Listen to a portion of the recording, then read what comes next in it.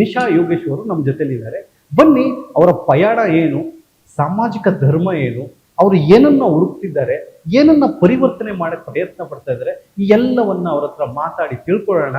ಹಾಗೂ ಇದು ನಿಮ್ಗೆ ಇನ್ಸ್ಪಿರೇಷನ್ ಕೂಡ ಆಗ್ಬೋದು, ನಿಮ್ಮ ಜೀವನವನ್ನ ಬದಲಾವಣೆ ಕೂಡ ಮಾಡಬಹುದು. ಕಾರ್ಯಕ್ರಮಕ್ಕೆ ಅವ್ರನ್ನ ವೆಲ್ಕಮ್ ಮಾಡೋಣ. ಅಣ್ಣ ನಮಸ್ಕಾರ. ಹೇಗಿದ್ದೀರಿ ಮೇಡಮ್? ಚೆನ್ನಾಗಿದ್ದೀನಿ. ಮೊದಲಾಗಿ ವಿಜಯ ವಾಹಿನಿ ಎಲ್ಲ ವೀಕ್ಷಕರಿಗೆ ನನ್ನ ನಮಸ್ತೆ. Thank you so much. So madam, ಈಗ ನಾನು ನಿಮ್ಮ ಮುಖಪುಟದಲ್ಲಿ ಹೇಳ್ದಂಗೆ ನೀವು ಸುಮಾರು ಹೋರಾಟಗಳನ್ನು ಮಾಡ್ಕೊಂಡು ಬಂದಿದ್ದೀರಿ. ನಾನು ಕಷ್ಟ ಅಂತ ಹೇಳೋದಿಲ್ಲ, ಯಾಕೆಂತಂದರೆ ಪ್ರತಿ ಸಲ ನಿಮ್ಮನ್ನು ಬಿಂಬಿಸಿರುವಂತಹ ರೀತಿ, ಅಯ್ಯೋ ಪಾಪ ತುಂಬ ಕಷ್ಟಪಟ್ಕೊಂಡು ಬಂದಿದ್ದೀರಿ. We agree that you also confess ಮಾಡಿದ್ದೀರಿ, ತುಂಬ ಕಷ್ಟಪಟ್ಟಿದ್ದೀನಿ. But at end of the day ನೀವು ಒಂದು ಪಾಸಿಟಿವ್ ಔಟ್ಲುಕ್ಕಲ್ಲಿ ಒಂದು ವರ್ಡನ್ನು ಹೆಂಡ್ ಮಾಡ್ತೀರಿ. ಆ ಚಾಪ್ಟರ್ ಮುಗಿದೋಗಿದೆ, I am seeing something new in life ಅಂತ. ಸೊ ಈಗಿನ ಪರಿಸ್ಥಿತಿ ಅವಲೋಕನ ಮಾಡೋದಾದರೆ from the beginning to till today ಏನು ಹೇಳಕ್ಕೆ ಇಷ್ಟಪಡ್ತೀನಿ? ನಾನು ಇವಾಗಿರೋ ಒಂದು ಸ್ಥಾನ ಇದೆಯಲ್ಲ, it is the best place in my life. ಮುಂಚೆ ತುಂಬಾ ಕಷ್ಟಗಳಿತ್ತು, ಅದನ್ನ ಹೇಗೆ ಎದುರಿಸ್ಬೇಕು ಅಂತ ಅರ್ಥ ಆಗ್ತಿರ್ಲಿಲ್ಲ. ಆ ಒಂದು ಪ್ರಬುದ್ಧತೆ ಇರಲಿಲ್ಲ, ಮನಸ್ಥಿತಿ ಅದನ್ನೆಲ್ಲಾನು ಒಂದು ಸಹಿಸ್ಕೊಂಡು ನಡೆಯುವಂತ ಮನಸ್ಥಿತಿ ಇಲ್ಲ. ಆ ಕಷ್ಟಗಳನ್ನ ಹೇಗೆ ಇನ್ನಷ್ಟು ಅದನ್ನ ನಾವು ಪಾಸಿಟಿವ್ ತಗೊಂಡು ಇನ್ನೇನ್ ಮಾಡಬಹುದು ಅಂತ. ಅದಕ್ಕೊಂದು ವಯಸ್ಸು ಬೇಕು, ಒಂದಷ್ಟು ನಿಮ್ಗೆ ಎಕ್ಸ್ಪೋಜರ್ ಬೇಕು, ಪ್ರಪಂಚ ನೋಡಿರ್ಬೇಕು. ಎಲ್ಲರಿಗಿಂತ ಮುಖ್ಯವಾಗಿ ನೀವು ಕೊನೆಯಲ್ಲಿ ಒಂದು ನಿರ್ಧಾರ ತಗೋಬೇಕು, ನಾನೇನ್ ಮಾಡ್ತೀನಿ. ಆ ಪ್ರಶ್ನೆಗಳು ಎಲ್ಲಾರ ಜೀವನದಲ್ಲೂ ಬರುತ್ತೆ. ನೀವೊಂದು ದಾರಿಯಲ್ಲಿ ಹೋಗ್ಬೇಕಾದ್ರೆ ಒಂದ್ ಸಮಯ ಬರುತ್ತೆ, ನೀವು ಈ ರಸ್ತೆಯನ್ನ ಆಯ್ಕೆ ಮಾಡ್ತೀರಾ ಇಲ್ಲ ಈ ರಸ್ತೆ. ಒಂದು ನಿಮ್ಮ ಸಿದ್ಧಾಂತಗಳ ರಸ್ತೆ, ಇನ್ನೊಂದು ಹೇಗ್ ನಡೀತೋ ಇದೆಯೋ ನಿಮ್ಮ ಶೋಷಣೆ, ಹಾಗೆ ಅದನ್ನ ನೀವು ಆಯ್ಕೆ ಮಾಡ್ಕೋಬಹುದು. ಎಷ್ಟೊಂದು ವರ್ಷಗಳು ನಾನು ಅಲ್ಲೇ ಇದ್ದೆ, ಬಿಕಾಸ್ ನನ್ಗೆ ಅರ್ಥ ಆಗಿಲ್ಲ ಅದನ್ನ ಏನ್ ಮಾಡ್ಬೇಕು, ಹೇಗ್ ಮಾಡ್ಬೇಕು. ಆಮೇಲೆ ನಾವು ನಮ್ಮ ಸಂಸ್ಕೃತಿ ನೋಡಿದಾಗ ಎಲ್ಲಾನು ಪ್ರೀತಿಯಿಂದ ಹ್ಯಾಂಡಲ್ ಮಾಡಿ, ಪ್ರೀತಿಯ ಮಾರ್ಗನ ನೀವು ಉಪಯೋಗಿಸಿ ಅಂತ ಹೇಳ್ತಾರೆ. ಸೊ ಅದೆಲ್ಲ ಒಂದು ಪ್ರಯತ್ನಗಳನ್ನ ನಾನು ಮಾಡ್ತಾ ಇದ್ದೆ. ಒಂದಷ್ಟು ಕಾಲ ನಂತರ ಆ ಪ್ರೀತಿಗೆ ಬೆಲೆ ಇಲ್ಲದೆ ಇದ್ದಾಗ, ನಿಮ್ಮ ಸಿದ್ಧಾಂತಗಳನ್ನು ನಿಮ್ಮ ಮುಂದೆನೆ ಮುರಿತಾ ಹೋಗ್ತಾ ಇದ್ದಾಗ ನಿಮ್ಗೆ ಅನ್ಸುತ್ತೆ ಇನ್ನಷ್ಟು ನಾನೇನ್ ಪ್ರಚಾರ ಮಾಡ್ತೀನಿ, ಇಲ್ಲ ನನ್ನ ತತ್ವಗಳೇನು ಜೀವನದಲ್ಲಿ, ಅದಕ್ಕೆ ನಾನ್ ನಿಲ್ಬೇಕಲ್ವಾ. ನಾವು ಆಚೆ ಹೋಗಿ ಮಾತಾಡೋದಲ್ಲ, ಬಟ್ ಮೊದಲಾಗಿ ನಾನು ನಿಲ್ಬೇಕು. ಸೊ ಅದರಿಂದ ಇವತ್ತಿನ ಸಮಯ ಏನು ಅಂತ ಅಂದ್ರೆ, ನನಗೋಸ್ಕರ ನಾನು ನಿಂತಿದ್ದೀನಿ, ಅದು ನನಗೆ ಸಂತೋಷ. ಬಟ್ ವೆರಿ ಅನ್ಫಾರ್ಚುನೇಟ್, ಸಮಾಜದಲ್ಲಿ ತತ್ವಗಳು ಅಂದರೆ ಏನು ಅದನ್ನ ಅರ್ಥ ಮಾಡ್ಕೊಳ್ತಾರೆ ಅಂತ ಅನ್ಸುತ್ತಾ ಜನಗಳು? ಎಲ್ಲರಿಗೂ ಗೊತ್ತು ಸರಿ ಏನು, ತಪ್ಪೇನು, ನ್ಯಾಯ ಏನು, ಅನ್ಯಾಯ ಏನು, ಯಾರಿಗೇನು ಅಧಿಕಾರ ಇದೆ, ಯಾರ ಅದಕ್ಕೆ ಅರ್ಹರು ಎಲ್ಲ ಕಾಣಿಸ್ತಾ ಇರುತ್ತೆ. ಆದ್ರೆ ಇವತ್ತಿನ ಸಂದರ್ಭ ಹೇಗಿದೆ ಅಂದ್ರೆ, ನಾವು ನಿಂತ್ಕೊಂಡು ಫೈಟ್ ಮಾಡದೆ ಹೋದ್ರೆ ಯಾರು ನಮ್ಗೆ ಫೈಟ್ ಮಾಡಕ್ಕಾಗಲ್ಲ. ಇವತ್ತು ನೀವಿಲ್ಲಿ ನಿಂತಿದ್ದೀರಾ ಅಂತ ಅಂದ್ರೆ, ಇಲ್ಲಿ ಕೂತಿದ್ದೀರಾ, ನೀವು ಈ ಚಾನೆಲ್ ನಡೆಸ್ತಾ ಇದ್ದೀರಾ ಅಂದ್ರೆ ಇನ್ನೊಂದಷ್ಟು ಹೋರಾಟ ಇರುತ್ತೆ. ನಿಮ್ಮ ಸಾಮರ್ಥ್ಯವನ್ನು ನೀವು ಗುರುತಿಸಿ ನೀವು ಮುಂದೆ ಬಂದಿದ್ದೀರಾ. ಅದೇ ರೀತಿಯಲ್ಲಿ ಇದು ಎಷ್ಟು ಕಷ್ಟ ಆದ್ರೂ ಜೀವನದಲ್ಲಿ ಅದೊಂದು ಅವಕಾಶ ನಮ್ಮನ್ನ ನಾವು ಗುರುತಿಸ್ಕೊಳ್ಳೋಕೆ. ಕಷ್ಟಗಳಿರುತ್ತೆ ತುಂಬಾ, ಆದ್ರೆ ಜನರಿಗೆ ಹಾಗೆ ಅರ್ಥ ಆಗೋದು, ಇನ್ನೊಬ್ರನ್ನ ನೋಡಿ ಓಕೆ ಸರಿ ಗೊತ್ತಿಲ್ಲ ಅಂತ ಅಲ್ಲ, ಬಟ್ ಅದಕ್ಕೆ ತುಂಬಾ ಒಂದು ಒಳಗಡೆಯಿಂದ ದೃಢವಾದ ಒಂದು ಸಂಕಲ್ಪ ಬೇಕು. ಆಮೇಲೆ ಅದೇಳ್ತಾರಲ್ಲ, ನೀವು ಒಂದೆರಡು ದಿನ ಕೆಲಸ ಮಾಡಿ ಆಚೆ ಬಂದ್ರೆ ಏನೋ ಸುಳ್ಳಿತ್ತೇನೋ ಅಂತಾರೆ. ಆ ಸತ್ಯದ ಜೊತೆ ನಿಲ್ಲೋದ ಸಮಯ ಇದೆಯಲ್ಲ, ಅದು ತುಂಬಾ ಸುದೀರ್ಘವಾದ ಸಮಯ. ಅಲ್ಲಿ ನಿಲ್ಬೇಕು, ಅವಾಗ್ಲೇ ಒಂದು ಅದಕ್ಕೆ ಅರ್ಥ ಆಗುತ್ತೆ ಜನಕ್ಕೆ. ಇಲ್ಲ, ಬಿಕಾಸ್ ಸತ್ಯ ಇಲ್ಲದೆ ನೀವು ಇಷ್ಟು ಬಹಿರಂಗವಾಗಿ ನಿಲ್ಲಕ್ ಸಾಧ್ಯ. ಬಟ್ ಎಲ್ಲೋ ಒಂದು ಕಡೆ ನಮಗೆ ಈ ತತ್ವಗಳು, ಸಿದ್ಧಾಂತಗಳು, ಅವನು ಕೆಟ್ಟವನು, ಇವ್ರು ಒಳ್ಳೆಯವರು, ಇದು ಗೊತ್ತಿದ್ರೂ ನಾವು ಅಂಧರಾಗಿ ಅಂದರೆ ಲಿಟ್ರಲಿ ಬ್ಲೈಂಡ್ ನಾವು ಅವ್ರನ್ನ ಫಾಲೋ ಮಾಡ್ತೀವಿ.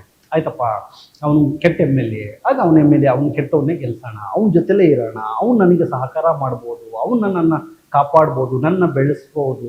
ಅವನೊಬ್ಬ ಕೊಲೆಗಾರ ಆಗಿದ್ರು ಅವನು ಒಂದು ಟೀಮ್ ಅನ್ನೋದು ಇದೆ ಇವತ್ತು. ಅದು ನೀವಂದ್ರಲ್ಲ ಬ್ಲೈಂಡ್ ಫಾಲೋಯಿಂಗ್ ಅಲ್ಲ, ಅದು ಕಣ್ಣು ಪಟ್ಟಿ ಕಟ್ಟಿರಲ್ಲ, ಕಾಣಿಸ್ತಾ ಇರುತ್ತೆ. ಏನಾಗುತ್ತೆ ಅಂದ್ರೆ, ಒಬ್ಬ ವ್ಯಕ್ತಿ ಅಂತ ಅಂದ್ರೆ ಅವನಲ್ಲಿ ತುಂಬಾ ಭಾವನೆಗಳಿರುತ್ತೆ. ಒಂದು ಸ್ವಾರ್ಥದ ಭಾವನೆನೂ ಇರುತ್ತೆ, ಅವನಿಗೊಂದು ಅಜೆಂಡಾ ಇರುತ್ತೆ, ಇಷ್ಟೇ ಸೇರ್ಕೊಂಡ್ರೆ ನನ್ಗೆ ಒಳ್ಳೇದಾಗುತ್ತೆ, ಏನೋ ಮಾಡ್ಬೋದು. ಅಂಡ್ ಅದು ತಪ್ಪು ಅಂತ ಹೇಳಲ್ಲ, ಬಿಕಾಸ್ ಇವತ್ತು ಪ್ರಪಂಚದಲ್ಲಿ ಎಲ್ಲಾರ್ಗು ಒಂದಷ್ಟು ಜೀವ ನಾವು ಕಟ್ಕೋಬೇಕು, ಮುಂದೆ ಹೊರಬೇಕು ಅಂತ ಇರುತ್ತೆ.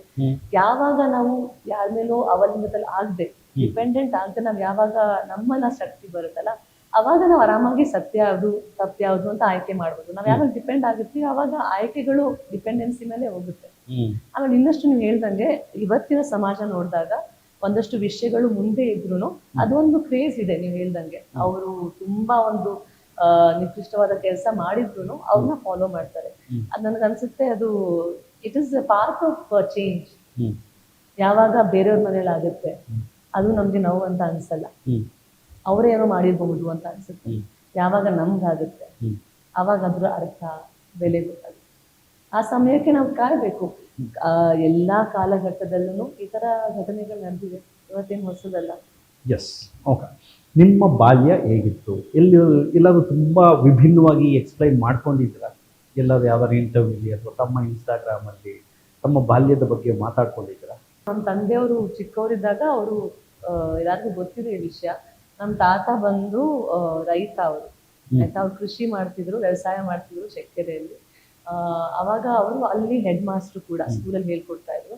ನಮ್ಮ ತಂದೆ ಅವಾಗ ಬೆಂಗಳೂರು ಬಂದು ತೆಂಗಿನಕಾಯಿ ಮಾರಾಟ ಮಾಡಕ್ ಶುರು ಮಾಡಿದ್ರು. ಆ ನಂತರ ಮಾರಾಟ ಮಾಡೋಕ್ಕಿಂತ ಮುಂಚೆ ಇಲ್ಲಿ ಬಂದು ಓಡಾಡ್ತಿರ್ಬೇಕಾದ್ರೆ ಸೈಡ್ ಆಕ್ಟಿಂಗ್ ಮಾಡ್ಬೇಕು ಅಂತ ಇರ್ಬೇಕಾದ್ರೆ ನಮ್ಮ ತಾಯಿನ ಭೇಟಿ ಆಗ್ತಾರೆ.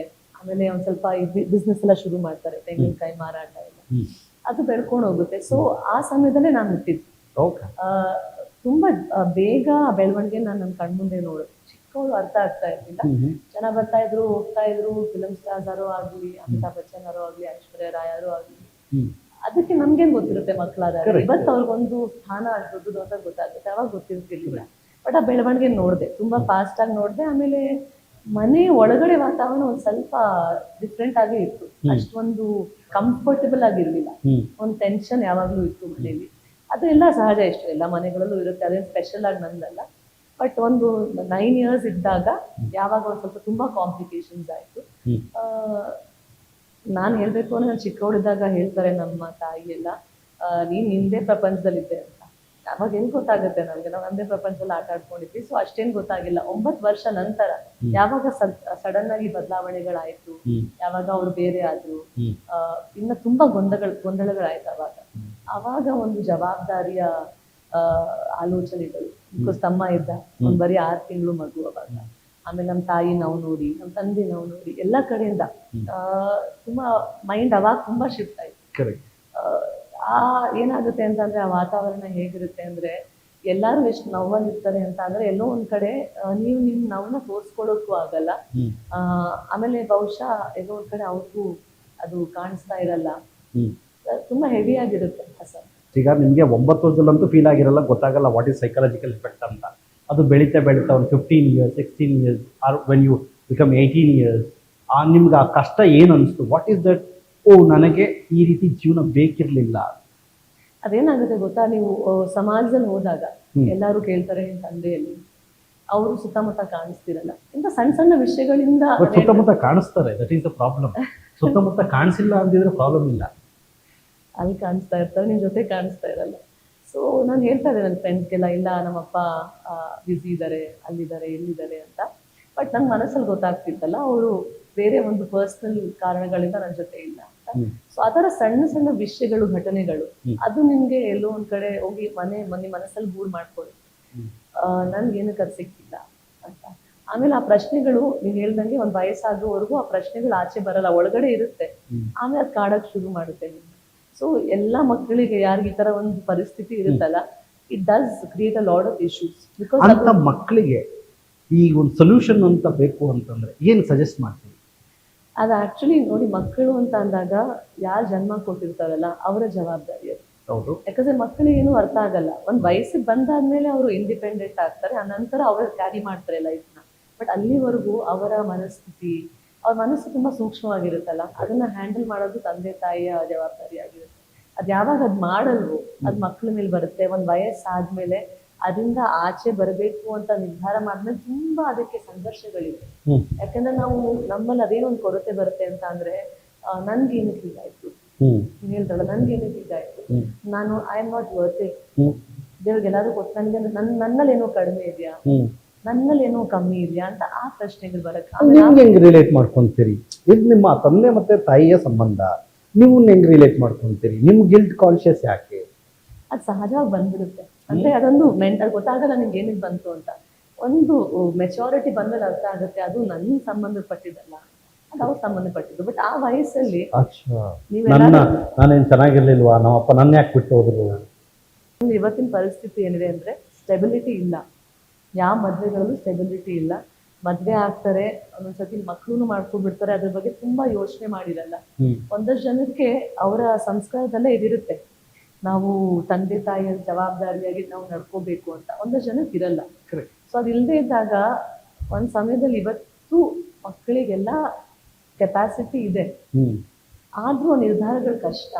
ಯಾಕಂದ್ರೆ ಇದು ಲೋವರ್ ಎಮೋಷನ್ಸ್ ಇದೆಯಲ್ಲ, ನನ್ನ ಲೈಫ್ ಹಾಳು ಮಾಡ್ಬಿಟ್ಟು ಬೇರೆಯವ್ರ ಮೇಲೆ ಹಾಕೋದು ಅದು ಸುಲಭ. ಬಟ್ ಎಲ್ಲೋ ಒಂದ್ ಕಡೆ ಅದ್ರ ಜವಾಬ್ದಾರಿ ನಾವು ತಗೋಬೇಕು. ಒಂದ್ ವಯಸ್ಸಾದ್ಮೇಲೆ ಆಯ್ತು, ಅದಾಗಿದ್ದಾಯ್ತು, ನಾವು ಚೂಸ್ ಮಾಡಕ್ಕಾಗಲ್ಲ ನಮ್ಮ ಜೀವನದಲ್ಲಿ ನಮ್ಗೆ ದೇವ್ರು ಏನ್ ಕೊಡ್ತಾನೆ ಅಂತ. ಒಂದಷ್ಟು ಬೇರೆಯವರ ತಪ್ಪುಗಳಿಂದ ಆಗಿರುತ್ತೆ, ಒಂದಷ್ಟು ನಿಮ್ಮ ಜೀವನದಲ್ಲೇ ಬಂದಿರುತ್ತೆ.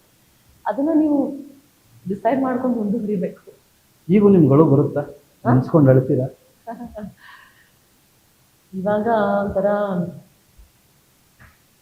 ಅದು ಎಲ್ಲರಿಗೂ ಬರುತ್ತೆ ಒಂದೊಂದ್ಸತಿ. ಇತ್ತೀಚೆಗೆ ತುಂಬಾ, ಯಾಕಂದ್ರೆ ನಾನು ಇತ್ತೀಚೆಗೆ ಒಂದು ವಿಡಿಯೋ ತುಂಬಾ ಎಲ್ಲರಿಗೂ ಮನಸ್ಸು ವೇದನೆ ಆಯಿತು. ಈ ವೇದನೆ ಯಾವ ಮಟ್ಟಕ್ಕೆ ಅಂದ್ರೆ, ಗೇಟ್ ಮುಂದೆ ಕುಂತ್ಕೊಂಡು ಒಂದು ಹುಡುಗಿ ಹೇಳ್ತಾವಳೆ, ಅದು ಹೆಣ್ಮಕ್ಳು, ಹಬ್ಬ ಎಂಥ ಹಿತಶತ್ರುಗಳಾದ್ರೂ ಹಬ್ಬಮ್ಮ ಆಯ್ತು ಒಂದಷ್ಟು ಕುಂಕುಮ ತಗೊಂಡೋಗು ಅನ್ನುವಂತಹ ಸಮಾಜದಲ್ಲಿ ಹುಟ್ಟಿರೋದು ನಾವು. Not in New York or not in any other country. So ಅಂತಹ ಸಿಚುಯೇಷನ್ಗಳನ್ನ ನೀವು ನೆನೆಸ್ಕೊಂಡ್ರೆ ಹಳು ಬರುತ್ತಾ ಅಂತ ಕೇಳೋದು. ಆ ಸಮಯದಲ್ಲಿ ಒಂಥರ ಇದು ನಿಜವಾಗ್ಲೂ ಆಗ್ತಾ ಇದೆಯಾ ಅಂತ ಆ ಭಾವನೆ ಇರುತ್ತೆ. ಯಾವಾಗ ಅಳು ಬರುತ್ತೆ ಅಂತ ಅಂದ್ರೆ, ಸಾವಿರಾರು ಜನ ಬಂದು ಅದನ್ನ ಅರ್ಥ ಮಾಡ್ಕೊಳ್ತಾರಲ್ಲ, ಯಾರು ಅರ್ಥ ಮಾಡ್ಕೋಬೇಕು ಅವ್ರಿಗೆ ಅರ್ಥ ಆಗಿರಲ್ಲ, ಪ್ರಪಂಚಕ್ಕೆ ಅರ್ಥ ಆಗ್ತಾ ಇರುತ್ತಲ್ಲ, ಅವಾಗ ಒಂದು ಸ್ವಲ್ಪ ಮನಸ್ಸು ಬರುತ್ತೆ. ಅದು ಜನರ ಪ್ರೀತಿಯಿಂದನೋ ಇಲ್ಲ ಅವ್ರನ್ನ ಭಾವನೆಗಳು ಅರ್ಥ ಆಯ್ತು. ಬಿಕಾಸ್ ಕೊನೆಯಲ್ಲಿ ಮನುಷ್ಯನ್ಗೆ ಏನ್ ಬೇಕು, ಯಾರೋ ಒಬ್ಬ ಅವ್ರನ್ನ ಅರ್ಥ ಮಾಡ್ಕೋಬೇಕು ಅಂತ ಅಷ್ಟೇ ಆಸೆ ಇರುತ್ತೆ. ಒಂದಷ್ಟು ತಾಯಂದಿರು ಯಾವಾಗ ಬಂದು ಮಾತಾಡ್ಸಿದ್ರು, ಒಂದಷ್ಟು ಮಾತುಗಳನ್ನ ಹೇಳಿದ್ರು, ಅದ್ರಿಂದ ಹೌದು ಅನ್ಸ್ತು ಇಲ್ಲ. ಬಟ್ ಏನ್ ಗೊತ್ತಾ, ಇವಾಗ ಒಂದ್ ಕಡೆ ಯೋಚನೆ ಮಾಡಿದ್ರೆ ಅದೊಂದ್ ಕಡೆ ಇದ್ರೆ ಇನ್ನೊಂದ್ ಕಡೆ ಮನ್ಸಲ್ಲಿ ಏನಾಗ್ತಿರುತ್ತೆ ಅಂತ ಅಂದ್ರೆ, ಇರ್ಲಿ ನನ್ಗೆ ದೇವರು ಆ ಶಕ್ತಿ ಕೊಟ್ಟಿದ್ದಾನೆ. ಒಂದು ಪ್ರಶ್ನೆ ಕೇಳ್ತೀನಿ, ಇದೇ ಫ್ಯಾಮಿಲಿ ಡಿಸ್ಪ್ಯೂಟ್ಸ್ಗಳು ಬೇರೆ ದೇಶದಲ್ಲಾಗಿದ್ರೆ ಚೈಲ್ಡ್ನ ಯಾವ ರೀತಿ ಕನ್ಸಿಡರ್ ಮಾಡ್ತಾರೆ, ಮಕ್ಕಳನ್ನ ಯಾವ ರೀತಿ ಪ್ರೊಟೆಕ್ಟ್ ಮಾಡ್ತಾರೆ? ಯಾಕಂದ್ರೆ ನೀವು ಆಲ್ರೆಡಿ ಅಲ್ಲಿ ಇದ್ರಿ, ಅಲ್ಲಿ ಸ್ಟಡಿ ಮಾಡಿದ್ರಿ, ಕಲ್ಚರ್ ಗೊತ್ತಿದೆ, ಅದನ್ನ ಕಂಪ್ಯಾರಿಸನ್ನೂ ಮಾಡ್ಕೊಂಡಿರ್ತೀರಿ ನಿಮ್ಮ ಜೀವನಕ್ಕೆ. Do you want to share? ಇಲ್ಲ, ಆಕ್ಚುಲಿ ಏನಾಗುತ್ತೆ ಅಂದ್ರೆ ನೋಡಿ, ಅಲ್ಲಿ ಲಾಸ್ ಸ್ಟ್ರಾಂಗ್ ಆಗಿದೆ, ಚೈಲ್ಡ್ ವೆಲ್ಫೇರು ಇದೆ, ಇನ್ನಷ್ಟು ಲಾಸು ಇದೆ. ಅದು ತುಂಬಾ ವೈಯಕ್ತಿಕವಾದ ವಿಚಾರ ಇದೆ. ನಾವ್ ಎಷ್ಟು ಲಾಸ್ ಕಾನೂನು ಹಾಕಿದ್ರು ಇಲ್ಲೂ ಕಾನೂನು ಇದೆ. ಬಟ್ ಅಲ್ಲೊಂದ್ ಸ್ವಲ್ಪ ಚೈಲ್ಡ್ ವೆಲ್ಫೇರ್ ಅಂತ ಬಂದಾಗ ಕಾನೂನು ಇದೆ ಅಲ್ಲಿ. ಬಟ್ ಅಲ್ಲಿ ತಂದೆ ತಾಯಿ ಸಹಜವಾಗಿ ಒಂದ್ ಮದ್ವೆ, 2 ಮದ್ವೆ, 3 ಮದ್ವೆನೂ ಆಗ್ತಾರೆ. ಅಂದ್ರೆ ಬೇರೆ ಬೇರೆ ತಾಯಂದಿರು, ಬೇರೆ ಬೇರೆ ತಂದೆದ್ರಿಂದ ಮಕ್ಳೆಲ್ಲ ಇರುತ್ತೆ. ಸೊ ಅಲ್ಲೂ ಒಂಥರ ವಿಚಿತ್ರವಾದ ಪರಿಸ್ಥಿತಿನೇ ಇದೆ. ಕರೆಕ್ಟ್. ಬಟ್ ವಿಷಯ ಏನು ಅಂತ ಅಂದ್ರೆ, ವೈಯಕ್ತಿಕವಾಗಿ ನಾವೆಷ್ಟು ಜವಾಬ್ದಾರಿ ತಗೊಂತೀವಿ ಮಕ್ಳಿಗೆ ಅಂತ ಅಷ್ಟೇ ಬೇಕಾಗಿರೋದು. ನೀವು ಮಕ್ಳು ಮಾಡ್ಕೊಂಡಲ್ವಾ, ಜವಾಬ್ದಾರಿ ತಗೊಳ್ಳಿ ಅಷ್ಟೇ. ಅಲ್ಲಿ ತಗೊಳ್ತಾರೆ, ಅಲ್ಲಿ ಬೇರೆಯವರ ಜೊತೆ ಮಕ್ಳು ಮಾಡ್ಕೊಂಡಿದ್ರು ಅವ್ರು ಜವಾಬ್ದಾರಿ ತಗೊಳ್ತಾರೆ. ಸೊ ಅದು ಒಂದ್ ದೇಶಕ್ಕೆ ಸೀಮಿತವಾದ ವಿಷಯ ಅಲ್ಲ, ಅದು ಆ ಒಂದ್ ವ್ಯಕ್ತಿಗೆ ಇದಾಗುತ್ತೆ, ಅಪ್ಲೈ ಆಗುತ್ತೆ. It's emotional thought. ಹೌದು. ಇವಾಗ ನಿಮ್ಗೆ ನೀವೇನಂತ ಅನ್ಕೊಂತೀರಾ, ನೀವ್ ಹೇಗ್ ನಡೆಸ್ಬೇಕು, ನಿಮ್ ತಂದೆ ತಾಯಿನ ನೀವ್ ಹೇಗ್ ನೋಡ್ಕೋಬೇಕು, ನಿಮ್ ಹೆಂಡತಿ ನೀವ್ ಹೇಗ್ ನೋಡ್ಕೋಬೇಕು, ನಿಮ್ಮ ಸ್ನೇಹಿತನ ನೀವ್ ಹೇಗ್ ನೋಡ್ಕೋಬೇಕು, ನಿಮ್ ಜವಾಬ್ದಾರಿಗಳೇನು, ನಿಮ್ ಮಕ್ಳು ನೀವ್ ಹೇಗ್ ನೋಡ್ಕೋಬೇಕು, ಅದ್ ನಿಮ್ ಮನಸ್ಸಲ್ಲಿ ಹುಟ್ಟು ಬರ್ಬೇಕು. ಅದ್ ನಿಮ್ ಮನಸ್ಸಲ್ಲಿ ಹುಟ್ಟಿಲ್ಲ ಅಂತ ಅಂದ್ರೆ ನೀವ್ ಎಷ್ಟು ಕಾನೂನು ಹಾಕಿದ್ರು. ಇವತ್ತಿನ ಕರ್ನಾಟಕದ ಮುಕ್ಕಾಲ್ ಭಾಗ ಗಂಡು ಮಕ್ಕಳು ಅವ್ರು ಫಸ್ಟ್ನೇ ಹೆಂಡತಿನ ಚೆನ್ನಾಗಿ ನೋಡ್ಕೊಬೇಕು, ಫಸ್ಟ್ನೇ ಹೆಂಡತಿ ಮಕ್ಕಳನ್ನ ಚೆನ್ನಾಗಿ ನೋಡ್ಕೊಬೇಕು ಅನ್ನೋದು ಎರಡನೇ ಹೆಂಡತಿ ಕೈಯಲ್ಲಿ ಆಗಲ್ಲ, ಎರಡನೇ ಹೆಂಡತಿ ಬಿಡೋದಿಲ್ಲ. This is the fact. So ಅಂತಹ ಪರಿಸ್ಥಿತಿಲಿ ಈಗ ನೀವು ಹೇಳಿದ್ ಕರೆಕ್ಟು, ಆ ಸಮಾಜವನ್ನು ಅರ್ಥ ಮಾಡ್ಕೊಂಡು, ವ್ಯಾಲ್ಯೂಸ್ನ ಅರ್ಥ ಮಾಡ್ಕೊಂಡು, ಆಯ್ತಪ್ಪ ನಾನು ಹುಟ್ಟಿಸಿದ ಮಗುನೇ ಅಲ್ವಾ, ಅವ ಮಗುನ ನೋಡ್ಕೊಳ್ಳೋಣ ಅಂತ ಬಂದ್ರೂ ಬಂದಂತಹ ಎರಡನೇ ಹೆಂಡತಿ ಬಿಡೋದಿಲ್ಲ. ಸೊ ಸಹಜವಾಗಿ ಈ ವ್ಯಕ್ತಿಯ ಕೈಯಲ್ಲಿ ಅಸಹಾಯಕತೆ ಬರುತ್ತೆ. ನಾನು ಎಷ್ಟೋ ಉದಾಹರಣೆಗಳನ್ನ ನೋಡಿದ್ದೀನಿ. ಎರಡನೇ ಹೆಂಡತಿ ಯಾರು ಇರ್ತಾರಲ್ಲ, ತುಂಬಾ ಚೆನ್ನಾಗಿ ಮಕ್ಕಳು ನೋಡ್ಕೊಳ್ತಾರೆ. ಸೊ ಯಾರಿಗೂ ಅಪ್ಲೈ ಆಗಲ್ಲ. ಬಟ್ ನೀವು ಹೇಳ್ದಂಗೆ ಸಹಜವಾಗಿ ನಾವು ರಾಮಾಯಣ ಕಾಲದಿಂದ ನೋಡ್ಕೊ ಬರ್ತಾ ಇದ್ದೀವಿ. ಸೊ ಅದು ನಡೆಯುತ್ತೆ, ಆ ಥರ ವಿಷಯಗಳೆಲ್ಲ ನಡೆಯುತ್ತೆ. ಅದು ಅವ್ರಿಗೊಂದು ವೈಯಕ್ತಿಕವಾದ ವಿಷಯ. ಅದಕ್ಕೆ ನಾನು ಅದ್ರ ಬಗ್ಗೆ ನಾನು ತಲೆ ಕೆಡಿಸ್ಕೊಂಡಿಲ್ಲ. ಬಿಕಾಸ್ ನನಗೆ ಅವರಿಬ್ರು ತಂದೆ ತಾಯಿ. Yes, I don't want to prolong it. ಇಲ್ಲ, ಯಾಕೆ ಅಂತ ಅಂದ್ರೆ ನನ್ನ ಒಂದು ಹೋರಾಟ ಇದೆಯಲ್ಲ, ನನ್ಗೆ ಯಾರು ವೈರಿಯಲ್ಲ. ಹ್ಮ್ ನನ್ನದು ಒಂದು ತತ್ವ ಸಿದ್ಧಾಂತದ ಯುದ್ಧ. ಹ್ಮ್ ನಾನು ಏನದು ನಂಬಿದ್ದೀನಿ? ತತ್ವ ಸಿದ್ಧಾಂತ? ನ್ಯಾಯ, ನೀತಿ, ಹ್ಮ್ ಧರ್ಮ. ಹ್ಮ್ ತಪ್ಪು ಅಂದ್ರೆ ತಪ್ಪು, ರೈಟ್. ಅದು ಯಾರು ಮಾಡಿದ್ರೆ ಏನು ಅಲ್ವಾ? ನನಗೇನಕ್ಕೆ ಈ ಪರಿಸ್ಥಿತಿ, ನನ್ನ ತಮ್ಮನಿಗೇನಕ್ಕೆ ಈ ಪರಿಸ್ಥಿತಿ? ನಾವು ನಾವಾಗ ನಾವೇ ಈ ಪ್ರಪಂಚಕ್ಕೆ ಬಂದಿಲ್ಲ, ಯಾರೋ ನಮ್ಮನ್ನ ಹುಟ್ಟಿಸಿದ್ರು, ಅವ್ರಿಗೊಂದು ಜವಾಬ್ದಾರಿ ಇದೆ. ಆ ಜವಾಬ್ದಾರಿನೆಲ್ಲ ಬಿಡ್ತಾ ಹೋದ್ರೆ ಈಗ ನಿಶಾ ಅವ್ರಿಗೆ ಕಂಟೆಂಟೆಡ್, ಹೌದಪ್ಪ ನನಗಿದು ಬೇಕಿತ್ತು ಅಂದರೆ ಏನು ಸೊಲ್ಯೂಷನನ್ನು ನೀವು ಎಕ್ಸ್ಪೆಕ್ಟ್ ಮಾಡ್ತೀರಿ? This is what I wanted at the end of a day, ಇದು ನನಗೆ ಕೊಡಿಸಿ ಹೇಳಿ ಮೇಡಮ್, ಒಂದು ಲೈನಲ್ಲಿ. ನಾನು ಹೊಟ್ಟೆಪಾಡು ಕೆಲಸ ಮಾಡ್ತಾ ಇದ್ದೀನಿ. Yes, I want to build my life. ನಾನು ನನ್ನ ಜೀವನವನ್ನು ಕಟ್ಟಕ್ಕೆ ಇಷ್ಟಪಡ್ತೀನಿ. ಓಕೆ. ಮಧ್ಯದಲ್ಲಿ ಬರಬೇಡಿ, ತಡಿಬೇಡಿ, ಕಷ್ಟಗಳನ್ನ ಕೊಡಬೇಡಿ. Oh, this is quite big. Nisha ಅವರು ಯೋಗೇಶ್ವರ್ ಅವರ ಆಸ್ತಿಗೋಸ್ಕರ ಹೋರಾಟ ಮಾಡಿದ್ರ? ಇಲ್ಲ, ತಡಿಬಾರ್ದು ಅಂತಂದ್ರೆ ಇವಾಗ ನಿಮಗೆ ಆಸ್ತಿ ಬೇಡ, ಆದರೆ ನಿಮ್ಮ ಜೀವನವನ್ನ ಕಟ್ಟೋದನ್ನು ಅಡ್ಡಗಾಲ ಆಗ್ತಾರೆ ಅನ್ನೋ ಮಾತ. ಇದೆಲ್ಲ ಇವಾಗ ನೋಡಿ, ನಾನು ಫಿಲಮ್ ಇಂಡಸ್ಟ್ರಿಲಿ ಒಂದು ಬಾರಿಗೆ ನಾನು ಕಾಲಿಟ್ಟಿದ್ದೆ. ಅಲ್ಲಿಂದ ಒಂದಷ್ಟು ನನಗೆ ರೆಸ್ಟ್ರಿಕ್ಷನ್ಸ್ ಬಂತು. ಆ ಇಂಡಸ್ಟ್ರಿಯಿಂದ ಬಟ್ ನಾನು ನಿಮ್ಗೆ ಅದು ಕ್ಲಿಯರ್ ಮೆಸೇಜು, ಇದು ನನ್ನ ತಂದೆಯಿಂದನೇ ಸ್ಟಾಪ್ ಆಗಿತ್ತು ಅಂತ? ಅದೆಲ್ಲ ಪ್ರಪಂಚನೇ ಮಾತಾಡುತ್ತೆ. ಬಿಕಾಸ್ ನೀವು ಹೇಳಿ ಇವಾಗ ಅಂಥ ದೊಡ್ಡ ವ್ಯಕ್ತಿ ಮಗಳು ನಾನು ಫಿಲಮ್ ಇಂಡಸ್ಟ್ರಿ ನಾನು ಒಂದು ಹೆಜ್ಜೆ ಇಟ್ಟೆ ಅಂತ ಅಂದರೆ 13-15 ದಿನ ಶೂಟಿಂಗ್ ಆದಮೇಲೆ ಎಲ್ಲ ಚೆನ್ನಾಗಾದ್ಮೇಲೆ 15 ದಿನದ ಕಾಲ್ ಶೀಟ್ನ ಕ್ಯಾನ್ಸಲ್ ಮಾಡಿ ಸಡನ್ನಾಗಿ ನನ್ನ ಫಿಲ್ಮಿಂದ ತೆಗಿತಾರೆ ಅಂತ ಅಂದರೆ ಯಾರು ಸಾಧಾರಣ ವ್ಯಕ್ತಿ ಅಂತೂ ಮಾಡೋಕ್ಕಾಗಲ್ಲ. ಸೊ ಒಂದು ಸ್ವಲ್ಪ ನಾವು ಡೀಪಾಗಿ ಯೋಚನೆ ಮಾಡಬೇಕಾಗುತ್ತೆ. ದರ್ಶನ್ ಅವ್ರ ಬಗ್ಗೆ ನಿಮ್ಮ ಅಭಿಪ್ರಾಯ? ಯಾವ ವಿಷಯದಲ್ಲಿ? ಇಂತಹ ಪ್ರಕರಣಗಳಾದಾಗ ನೋಡಪ್ಪ, ನಾನು ಒಂದು ಮೂವಿಲಿ ಒಂದು ಹೀರೋಯಿನ್ನ ಸೆಲೆಕ್ಟ್ ಮಾಡಿದ್ದೀನಿ, ಅವಳ ಹೆಸರು ನಿಶಾ ಯೋಗೇಶ್ವರ್, ನಾನು 15 ದಿನ ಶೂಟು ಮಾಡಿದ್ದೀನಿ, ಯಾರ್ದೋ ಒಂದು ಇನ್ಫ್ಲೂಯೆನ್ಸ್ಗೋಸ್ಕರ ಈ ಶೂಟು ಬೇಡ, ಹೀರೋಯಿನ್ನು ಬೇಡ, ಸಿನಿಮಾನು ಬೇಡ ಅನ್ನೋಂಥ ಮಟ್ಟಿಗೆ ಆಲೋಚನೆ ಮಾಡ್ತಾರ ದರ್ಶನ್?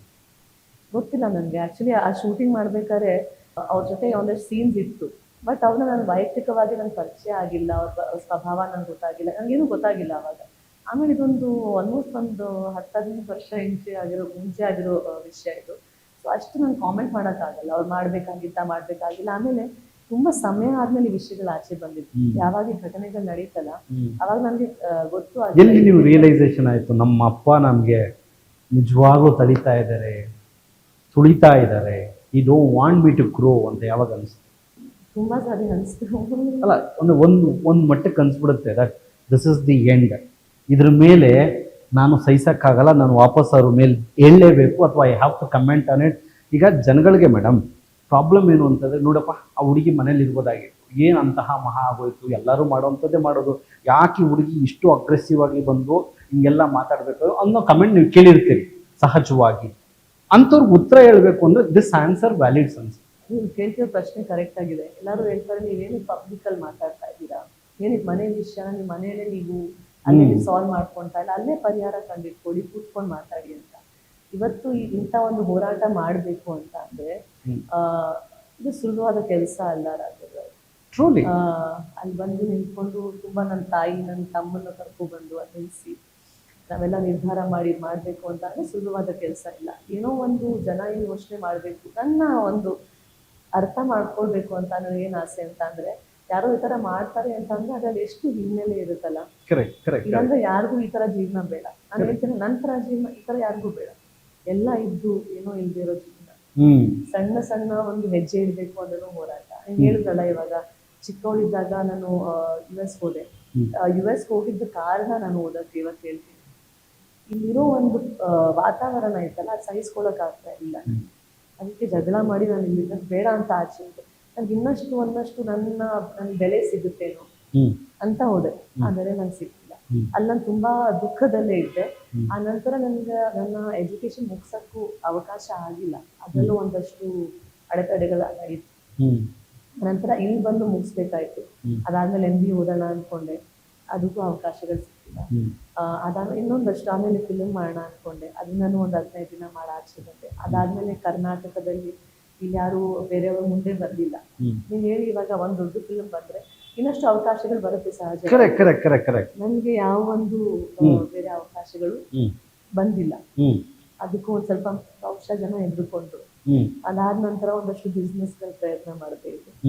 ಎಲ್ಲಾ ಕಡೆ ಏನಂತಾರೆ ಅಂತ ಅಂದ್ರೆ, ನೀವು ಅಷ್ಟು ದೊಡ್ಡ ನಾವಾಗ ಯಾರೋ ದೊಡ್ಡ ವ್ಯಕ್ತಿ ಮಗಳು ಹೋಗಿ ಕೆಲಸ ಮಾಡ್ಬೇಕು ಅಂದಾಗ ಸಹಜವಾಗಿ ನೀವೇನ್ ಬಂಡವಾಳ ಹಾಕ್ತೀರಾ, ಇಲ್ಲ ನಿಮ್ ಹಿಂದೆ ನಿಮ್ ತಂದೆ ಇದ್ದಾರೆ, ನಮ್ಮ ಹತ್ರ ಏನಕ್ಕೆ ಬರ್ತೀರಾ ಅಂತ ಒಂದು ಪ್ರಶ್ನೆ ಇರುತ್ತೆ. ಅಷ್ಟು ನಾವ್ ಇವತ್ತು ಅನ್ಕೊಂತೀವಲ್ಲ, ಬರೀ ದುಡ್ಡು ಇಲ್ದೇ ಇರೋರಿಗೆ ಕಷ್ಟ ಅಂತ. ಇಲ್ಲ, ದುಡ್ಡಿದ್ದು ನಿಮಗೆ ಮನೇಲಿ ಬೆಂಬಲ ಇಲ್ಲದೆ ಹೋದ್ರೆ, ನಿಮ್ಮ ಮನಸ್ಸನ್ನ ನಿಮ್ಮ ಟ್ಯಾಲೆಂಟ್ ನ ಅರ್ಥ ಮಾಡ್ಕೊಳ್ದೆ ಹೋದ್ರೆ, ಇನ್ನ ಮುಂದುವರ್ಸದೆ ಹೋದ್ರೆ ಕಷ್ಟ ಇದೆ. ಎಲ್ಲಿ ಹೋಗ್ತಾರೆ ಹೇಳಿ? ಬಿಕಾಸ್ ಎಲ್ಲ ಜನಕ್ಕೆ ಏನಂತ ಅನ್ಸುತ್ತೆ ಅಂದ್ರೆ, ನಿಮ್ಗೆಲ್ಲ ಇದೆ, ಆಮೇಲೆ ನಾವು ಹಾಗೆ ನಡ್ಕೊಂತಾ ಇರ್ತೀವಿ ಬಿಕಾಸ್ ನಾವು ಬಿಟ್ಕೊಡಕ್ ಆಗಲ್ಲ. ಜನ ಹೇಳ್ತಾರೆ, ನೀವು ಬಿಟ್ಕೊಟ್ಬಿಟ್ರ ನಿಮ್ಮ ಮನೇಲೆಲ್ಲಾರು, ಬಿಟ್ಕೊಡಕ್ಕೂ ಆಗಲ್ಲ, ಬಿಟ್ಟು ಆಚೆ ಬಂದು ಮಾತಾಡಿದ್ರೆ ಅದನ್ನೂ ನಂಬಲ್ಲ ಅಂತ ಒಂದು ಇಕ್ಕಟ್ಟಿನ ಪರಿಸ್ಥಿತಿ. ಮೊದಲಾಗಿ ನಾನು ಬಂದಾಗ ಮಾತಾಡಿದ್ದಾಗ 2 ವರ್ಷ ಆಯ್ತು. ಅವಾಗ ಜನಕ್ಕೆ ತುಂಬಾ ಪ್ರಶ್ನೆಗಳಿತ್ತು. ಯಾಕಂದ್ರೆ ಅಷ್ಟು ವರ್ಷ ನಾನು ಒಂದು ರೀತಿಯಲ್ಲಿ ನಡ್ಕೊ ಬಂದಿದ್ದೆ. ನಾನು ಏನ್ ವಿಷಯಗಳಿದ್ರು ನಡ್ಕೊಂಡು ನಾನು ಆಚೆ ಮಾತಾಡಿಲ್ಲ. ನೀವು ಹೇಳಿದ್ರಲ್ಲ, ಜನದ ಪ್ರಶ್ನೆ ಏನಕ್ಕೆ ಮನೇಲಿ ನೀವು ಮಾತಾಡ್ತಾ ಇಲ್ಲ, ಮನೇಲಿ ನೀವು ಸರಿಪಡಿಸ್ಕೊಳ್ಳಿ ಅಂತ. ಯಾಕೆ ಮಾತಾಡ್ದೆ ಇವತ್ತು ಅಂತ ಅಂದ್ರೆ, ಇಷ್ಟು ವರ್ಷ ಮಾತಾಡಿಲ್ಲ ತಾನೆ ನಾನು, ಇವತ್ತೇನಕ್ಕೆ ಮಾತಾಡ್ದೆ? ಅಷ್ಟು ವರ್ಷ ಸಹಿಸ್ಕೊ ಬಂದೆ ತಾನೆ, ಅಲ್ಲಿ ಏನೂ ನಡೀಲಿಲ್ಲ. ಯಾವಾಗ ಅದು ನೀವ್ ಹೇಳ್ದಲ್ಲ ಡೆಡ್ ಎಂಡ್ ಆಗಿ ನೀವು ರಸ್ತೆನ ನೀವು ಬದಲಾಯಿಸಿದ್ರಿ ಅಂತ, 2023 ಒಂದು ಘಟನೆ ನಡೆಯುತ್ತೆ. ನನ್ನ ತಾಯಿ ಮತ್ತೆ ನನ್ನ ತಮ್ಮನ ಸಾಮಾನನ್ನೆಲ್ಲ ಬೀದಿಗೆ ಬಿಸಾಕ್ತಾರೆ. ಅವರು ಕ್ಯಾಂಪೇನಿಗೆ ಹೋಗಿರ್ತಾರೆ ನನ್ನ ತಮ್ಮ. ನನ್ನ ತಮ್ಮನ ಜೊತೆಗೆ ಇರಬೇಕು ಅಂತ ನಮ್ಮ ತಾಯಿ ಹೋಗಿರ್ತಾರೆ. ಅವನಿಗೇನೋ ತೊಂದರೆಗಳಾಗಬಾರ್ದು ಅಂತ ನಾನು ಕೆಲ್ಸದ ಮೇಲೆ ಆಚೆ ಇರ್ತೀನಿ. ಸೊ ಆ ಘಟನೆ ಆಯ್ತು. ಆ ಘಟನೆಗಳನ್ನ ಪ್ರಶ್ನೆ ಮಾಡಕ್ಕೆ ನಾನು ಮಾತಾಡಿದಾಗ ಎಷ್ಟೊಂದು ಜನರ ಮುಂದೆ, ಮನೆ ಒಳಗೇನೆ, ಬಟ್ ನನ್ನ ಕುಟುಂಬದ ಮುಂದೆ ನನಗೆ ಹೊಡೆದು ಆಚೆ ಆಗ್ತಾರೆ. ಹೇಗೆ ಹೊಡಿತಾರೆ ಅಂತ ಅಂದ್ರೆ, ಬಾಯಲ್ಲಿ ರಕ್ತ ಬರೋಷ್ಟು ಹೊಡಿತಾರೆ. ಅವಾಗ ನನ್ನ ಪ್ರಶ್ನೆಗಳು ಇಷ್ಟೇ ಆಗಿರುತ್ತೆ, ನಮ್ಮ ತಪ್ಪೇನು, ನಾವ್ ಹೇಗ್ ನಡ್ಸೋದು ಜೀವನ? ಬಿಕಾಸ್ ನಮ್ಗೆ ಯಾವ ಅವಕಾಶಗಳು ನಾವ್ ಏನ್ ಮಾಡಿದ್ರು ಅದನ್ನ ಮುಂದುವರ್ಸಕ್ ಆಗ್ತಾ ಇಲ್ಲ. ನೀವು ನಮ್ಗೆ ಅವಕಾಶಗಳು ಮಾಡ್ತೀವಿ, ಅಷ್ಟೇ ಪ್ರಶ್ನೆ. ನಾಯಕ ಅಂದ್ರೆ ಏನು ಮೇಡಮ್? ಯಾರು ಮೊದಲನೇ ಹೆಜ್ಜೆ ಅವ್ರು ಇಡಲ್ವಲ್ಲ, ಆ ಹೆಜ್ಜೆ ನೀವು ಮೊದಲಾಗಿ ಇಡಬೇಕು. ಅದು ನಾಯಕತ್ವ. ನಾಯಕತ್ವ ಗುಣಗಳನ್ನ ಕಾಪಿ ಮಾಡಬೇಕು ಅಂತ ಸಹಜವಾಗಿ ಯಂಗ್ಸ್ಟರ್ಸ್ಗೆ, ಜನಗಳಿಗೆ ಅನಿಸುತ್ತೆ. ಮಗಳಿಗೆ ರಕ್ತ ಬರಂಗ್ ಹೊಡೆಯೋ ನಾಯಕನ ಇನ್ನು ನಾಯಕನಾಗಿ ಇಟ್ಕೊಂಡಿದಾರ, ಯಾಕೆ ಕಾರಣ ಏನಿರ್ಬೋದು? ನೋಡಿ, ಜನರಿಗೆಲ್ಲ ವಿಷಯಗಳು ಗೊತ್ತಿರಲ್ಲ. ಅವ್ರೊಂದಷ್ಟು ಕೆಲಸಗಳು ಮಾಡಿದ್ದಾರೆ, ಅದನ್ನ ನಾವು ಅವ್ರ ಕೈಯಿಂದ ಕಿತ್ಕೊಳ್ಳೋಕ್ ಆಗಲ್ಲ. ಮಾಡಿದ್ದಾರೆ ಕೆಲಸಗಳು. ಒಂದು ಸಮಯದಲ್ಲಿ ತುಂಬಾ ಇನ್ಸ್ಪಿರೇಷನಲ್ ವ್ಯಕ್ತಿನೂ ಆಗಿದ್ರು ಅವರು, ಅಲ್ವಾ? ಸೊ ಆ ವಿಷಯಗಳನ್ನ ನಾವು ಸುಮ್ಮನೆ ತೆಗೆದು ಬಿಸಾಕಕ್ಕಾಗಲ್ಲ. ಆದರೆ ನಾನು ಒಬ್ರು ಗುರುಗಳ ಮಾತು ಕೇಳ್ತಾ ಇದ್ದಾರೆ. ಅವ್ರೇನ್ ಹೇಳ್ತಾರೆ ಅಂತ ಅಂದ್ರೆ, ಮನುಷ್ಯ ಇದ್ದಾನಲ್ಲ, ಅವನು 10 ಕೆಲಸ ಮಾಡ್ತಾನೆ, ಅವನು 9 ಕೆಲಸದಲ್ಲಿ 100% ಗೊತ್ತು ಮಾಡ್ತಾನೆ, ಎಲ್ಲ ಸರಿಯಾಗಿ ಮಾಡ್ತಾನೆ. 1 ಕೆಲಸದಲ್ಲಿ ತಪ್ಪು ಮಾಡ್ತಾನೆ. ಆ ಒಂದು ತಪ್ಪು ಆ 9 ಕೆಲಸಗಳ ಮೇಲೆ ಎಣಿಸಲು. So this could have been a blender ಅಂತ ಹೇಳ್ತೀವಿ. ಇಲ್ಲ, ಯಾಕೆಂದ್ರೆ ನೀವೆಲ್ಲಾ ಕಡೆ ನಿಭಾಯಿಸ್ಬೇಕಲ್ಲ ವ್ಯಕ್ತಿಯಾಗಿ. ನೀವಂದ್ರೆ ನಾಯಕತ್ವ ಏನು, ಒಂದ್ ಕಡೆ ಎಷ್ಟೊಂದು ಕೆಲಸಗಳು ಮಾಡಿದ್ದಾರೆ, ಒಂದ್ ಕಡೆ ಇದು ನನ್ನ ಜೊತೆ you are answerable to the public. ಇವತ್ತಿನ ಸಮಾಜ ಯಾರಾದ್ರೂ ಒಬ್ಬ ವ್ಯಕ್ತಿನ, ನೀನು ಕೆಟ್ಟವನ್ ಕಣೋ, ನೀನೊಬ್ಬ ರೇಪಿಸ್ಟು, ನೀನು ಆ ಸಿಡಿಲಿ ಮಲಗಿದ್ದೆ, ಈ ತರ ಏನನ್ನ ಹೇಳಿದ್ರೆ ನೆಕ್ಸ್ಟ್ 24 hours or 48 hours ಅಲ್ಲಿ ಒಂದು ಸ್ಟೇ ತರ್ತಾರೆ. Do you aware of this? I am very much aware of this. Because ಹೇಗೆ? ಇಲ್ಲ, ಇದು ಗ್ಯಾಗ್ ಆರ್ಡರ್ ಅಂತ ಅನ್ನೋದು ಇವತ್ತು ಕರ್ನಾಟಕದಲ್ಲಿ, ಇದ್ರ ಬಗ್ಗೆ ನಾನು ಒಂದಷ್ಟೇ ಚರ್ಚೆ ಮಾಡಿದ್ದೀನಿ ಮುಂಚೆ. ಬಿಕಾಸ್ ನನ್ಗೂ ಇದು ನನ್ನ ಹೋರಾಟ ಯಾವಾಗ ಶುರು ಆಯ್ತು, ನನ್ನ ಮೇಲೂ ತುಂಬಾ ನಿರ್ಬಂಧಗಳು ತಂದ್ರು. ಮಾತಾಡೋಂಗಿಲ್ಲ, ನನ್ನ ಸೋಷಿಯಲ್ ಮೀಡಿಯಾನು ತಗ್ಸಿದ್ರು. ಆಲ್ಮೋಸ್ಟ್ 1 ವರ್ಷ ಸೋಷಿಯಲ್ ಮೀಡಿಯಾ ಇರಲಿಲ್ಲ ನಾನು.